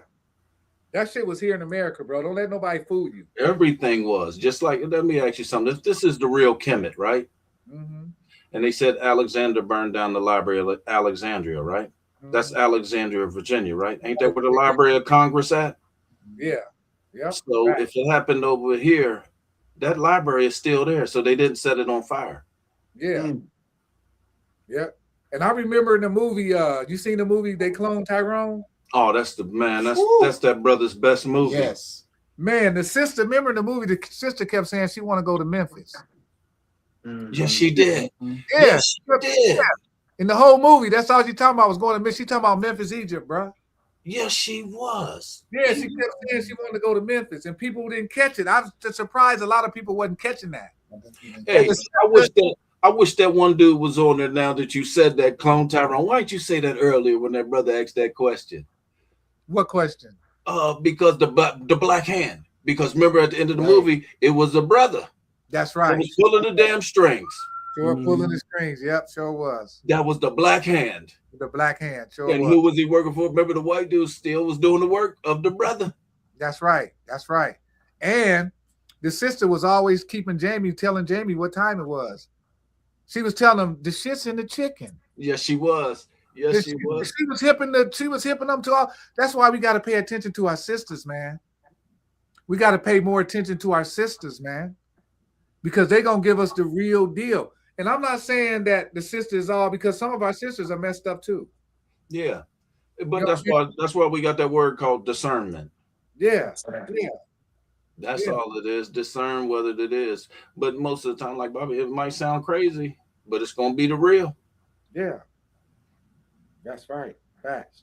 But I peeped that in the movie. She kept saying she wanted to go to Memphis.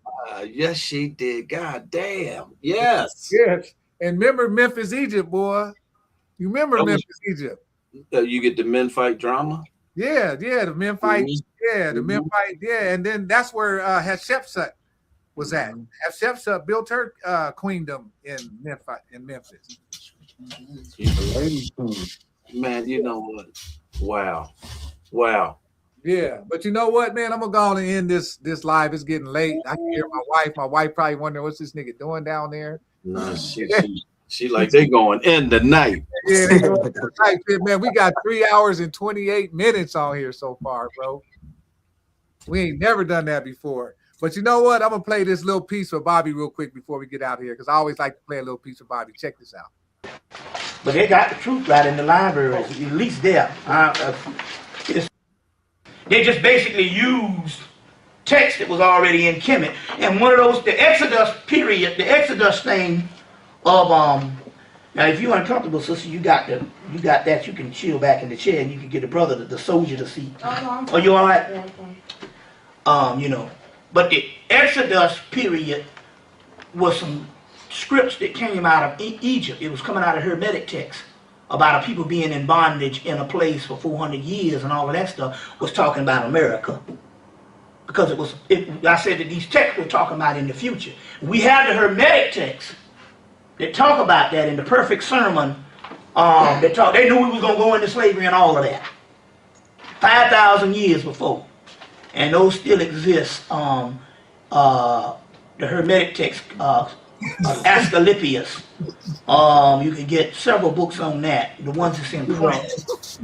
That has that Hermetic text in there. It's called, it's called a Hermetica. And the name of the book that's still in print is, get this one, because one is going to be hard to get. One is called Hermetica by Peter Gandy and Peter Gandy and Timothy Freak. Peter Gandy and Timothy Freak. Hermetica. That one is still in print. And it's a little smaller book and stuff, and it gets straight to the point. But the prophecy of what was going to go into slavery and all of this stuff is in that particular text. So we knew we was going to go into slavery. As a matter of fact. So that is true. Oh yeah, we knew it. We had a 5,000-year prophecy in the Hermetic text, which is some text that came out of Egypt. Hermes is the Greek word for Tahuti, or Thoth, or Tahuti. So it's called a Hermetic text, or the text of Tahuti, or the book of Thoth. You see what I'm saying? So we had those particular texts, and part of that was later on written as the book of Exodus, and these people being in bondage. You see what I'm saying? But the Hermetic text quotes, you will be, they talk about you will be in a land where the weak man will be considered strong, and the strong man will be considered weak. The pious man, which is us, or they said the impious man, which is, unrighteous man, will be revered. You can always hear him, he done, will be revered. Will be revered. The impious man will be, I just don't want to cheat you out the information and all. Will be revered. And the pious man will be treated like a common criminal. That's us. They said, and although your body may look Egyptian or African, your mind would be that of another race. God damn, that is us. You see what I'm saying? They said death will be referred to than life, because shit, everything. You 5 years old, you done seen 100,000 people get killed on TV. You know what I'm saying? I watched a movie and I'm like, why did they do this? A movie Cold Mountain. I go through this whole damn movie down there 3 hours, and they kill the nigga at the end, and I'm like, this got to come from a white man's head. Because the mythology, in all mythology, the guy gets the girl and they ride off into the sunset. There's a reason for that, because that's always the Isis and Osiris story. Because the basis of the love story is Isis and Osiris. You see what I'm saying? Because ultimately they got to get back together. That's the goal. I'm like, damn, do they always have to kill somebody? I like the movie Untouchables. They get you in, you like Sean Connery's thing, when the Elliot Ness, and then they kill him. I'm like, well, damn, I'm supposed to enjoy this. You understand what I'm saying? But I'm of another origin, and they like that kind of stuff. You see what I'm saying? So now, we are into that type of thing. So they said life will be preferred to death. And they just go into all this stuff. They said the gods will abandon Jesus. No, excuse me, the God will abandon, I'm going to get that right. The gods will abandon the humans. The gods will abandon Egypt. And what used to be venerated as the home of the gods will be nothing but a mass graveyard. And will be visited by all types of different races. And they said, these are archaeologists and different people like that. And all these white folks taking journeys over there every year. You see what I'm saying? So this is the text. And so it's talking to, Tahuti is talking to Asclepius, which is the Greek word for Imhotep. Because when you do the Hippocratic oath, you have to pray to Asclepius, which is Imhotep. So the Greek gods, so Asclepius, which is Imhotep, is talking to Tahuti. Tahuti is giving him this knowledge, and all this stuff is getting ready to happen. And he starts to cry. And then when he starts to cry, he said, well, will we ever get out of this? And he said, yes. He said, Maya will be established. He said, what? How?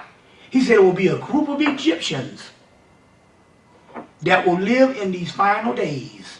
Ironically, they call the Hammemet spirits The Hemit spirits, that's just by just accident. Hemmit, Hemmet, Hemit spirits, and it means those entities will be in the last days.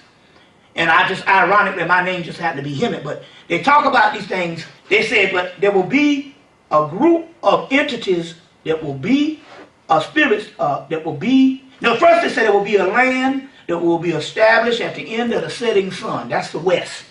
The sunrise in the east comes to the west. And they said there will be a group of Egyptians that will be in this land in the end. Now you know what? In Egypt, Cam, which means black land, the black people, Cush, Punt. You see what I'm saying? They say will be in this land at the last days, and those particular Egyptians will reestablish Maya. He said, well, where are these people now? He said they now live in the African hills, because they say the Libyan hills. Libya is a part of Africa, which is say the African hills. In so many words, they are now on the continent of Africa, or they are not, but they also said Egypt, which saying that in actuality, so they give Africa, they give a group of Egyptians, a group of Camites, and the reason why they give you two, because they're saying in actuality, these people will be a consortium of West Africa, East Africa, and all around the continent, because this thing is more than just one continent. You see what I'm saying? But it's in so many words they say that it'll be these Egyptians or African or black people will be in America and reestablish Maya. Now in the movie Highlander, the first one, he said we got to walk the earth. We're immortal. We got to walk the earth until, he said, until the last time, till a gathering. He said, well, he said, until the gathering. He said, where's the gathering? He said, it will be in a land that's not established yet. This was in the 1400s. When he's telling the man this, he's saying in them last days it'll be a gathering in America. You see what I'm saying? So you get the Camelot myth, because the Camelot, so all this is our story. So the Camelot myth was brought up is the story of Isis and Osiris, which is documented in the book, Rundle Clark's book, Egyptian Myth and Symbol. And it talks about that your Osiris, that your King Arthur and the Round Table and Guinevere and the Holy Grail and all of that is not but the Osiris story retold, which we know because the Moors is the one that brought this stuff up into Europe, brought these texts up into Europe. So in your King Arthur story, you get the word Camelot. Cam means black land, Cush, Egypt, and Lot, so it means new lot of Egypt. So it came up France, Ireland, Spain, and then when the British took over Ireland, they took the mythology of King Arthur and the Round Table. The word Arthur means the word Otha, which means dog star, which is, and you know, Osiris is Greek for Sirius. Sirius is Greek for Osiris. So you got Greek Osiris and you got Sirius, which is also Greek, which is also means Osiris. Also means Isis, Hathor, or Heru. It's got several things. Primordial star of all time. But in the story, in the aspect of Arthur, King Arthur, that's Osiris. Round Table. And I'll get into the metaphysical thing of that in a few minutes. But Britain tried to be like they got the Arthur and that was all Britain. No, they stole the story from Ireland or whatever when they got into war and all, and then he go again and try to historicalize it. But the story Camelot was talking about America. Even in their ritual, they call both the Kennedys, the New Camelot. They even mentioned that Clinton and them, when Clinton was ruled, they called that the New Camelot. So in so many words, they knew this was an American story, and the people of the gathering in Camelot was talking about us. You see what I'm saying? So these stories, and they go on and on. So you get your biblical version of you being in a land of 400 years, not your own. What is this? Just not but a retelling of the same Hermetic stories. You see, but in so many words, what this thing is talking about, not only is it us, which we're getting ready to get into. We're going to pull these libations. Not only is it us, but there's nothing but us. What I mean by that, not talking about the people on earth. This is one of the great mysteries, and this is very, very lonely. But if you're at a certain level, and I have to apologize if you're not on this level, but there's nothing else left in the universe but us. Ain't no shit up there looking down on you. There is no subordinates.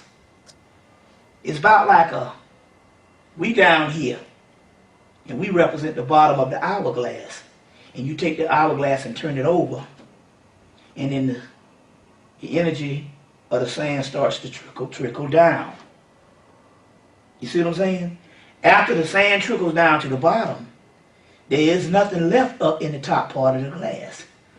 All the energy that you have prayed to all these years, all the things that you have learned, is now that energy is now fused in us. Very key. Because if the government ever have to get after you, you better tell that motherfucker that you God. Because if you tell him, I believe in God, he gonna say, lock that bastard up. Because the prison is full. 98% of all them niggas say that God gonna take care of them. And that's when they end up in prison. Is it not written in your law that ye are gods? John chapter 10, verse 34, 36. And the scriptures cannot be broken. Get that book, Annalise Scarron's book, Ye Are Gods. What's his name, Annalise Scarron? Annalise Scarron, S-C-A-R-A-N-E-N.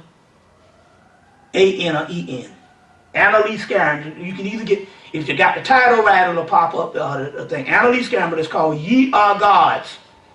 And on the first page, they give you all the Bible verses where ye are gods. Huh? While you're on the titles, Moses and the Pharaoh of Egypt also called... Ahmed Osman. Yeah, Ahmed Osman. How you spell that? Osman, O-S-M-A-N. Okay. Right. So the government already know.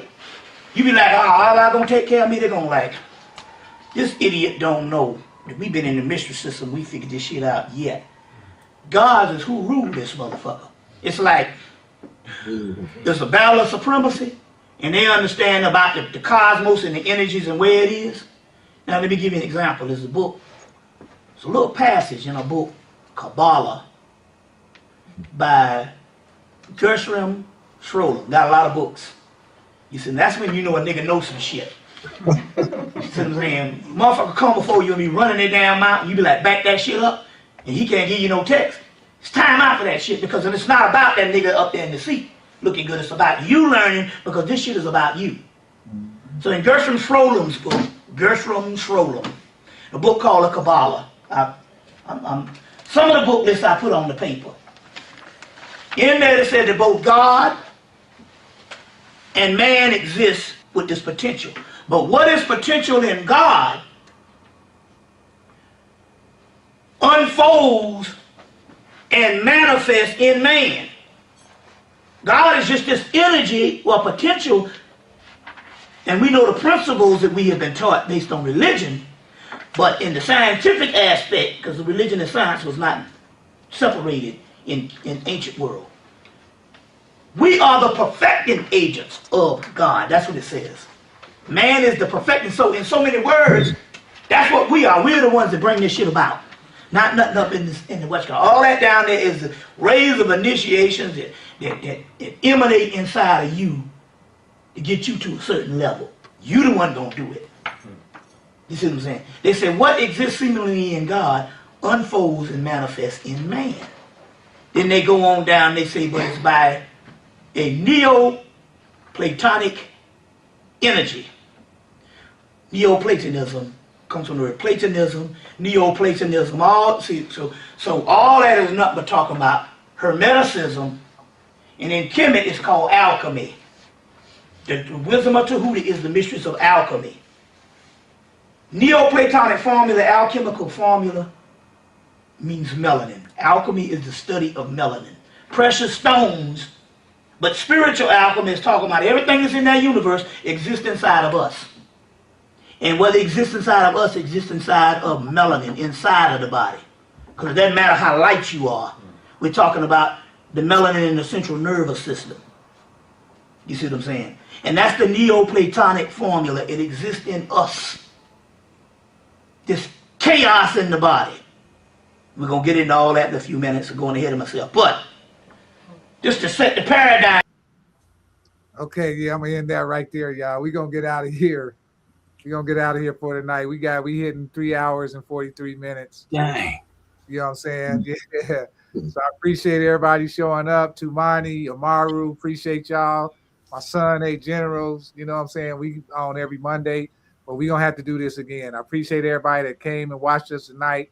You know what I'm saying? I appreciate all the comments, all the questions. Everything was great. Tumani L, you did your thing. Amaru, appreciate you coming over, showing Tumani how to do the slides. We appreciate you on that, bro. For real, for real. I really appreciate you, man. So when's part 3? Yeah, we got it. We gonna have to do a part 3. I'm getting tired. Yeah, I know my wife like, where this nigga at? So let me get out of here. Like I said, I appreciate everybody that was on tonight. I appreciate everybody that commented and did all that. But we're going to get out of here for tonight, and we'll see y'all again. We're going to do a part 3. And Tumani and Amaru, y'all let me know when y'all ready to do this again, bro, because we could do this anytime. Okay. Thank you for giving us the opportunity to give y'all this information. Absolutely. Yes, sir. Yes, sir. Appreciate you. Yes, sir. Appreciate y'all as well. So I'm going to say ahead and say peace to everybody. See y'all next Monday at 7:30. All right. Peace, peace, peace. Peace. How you do this there, homie?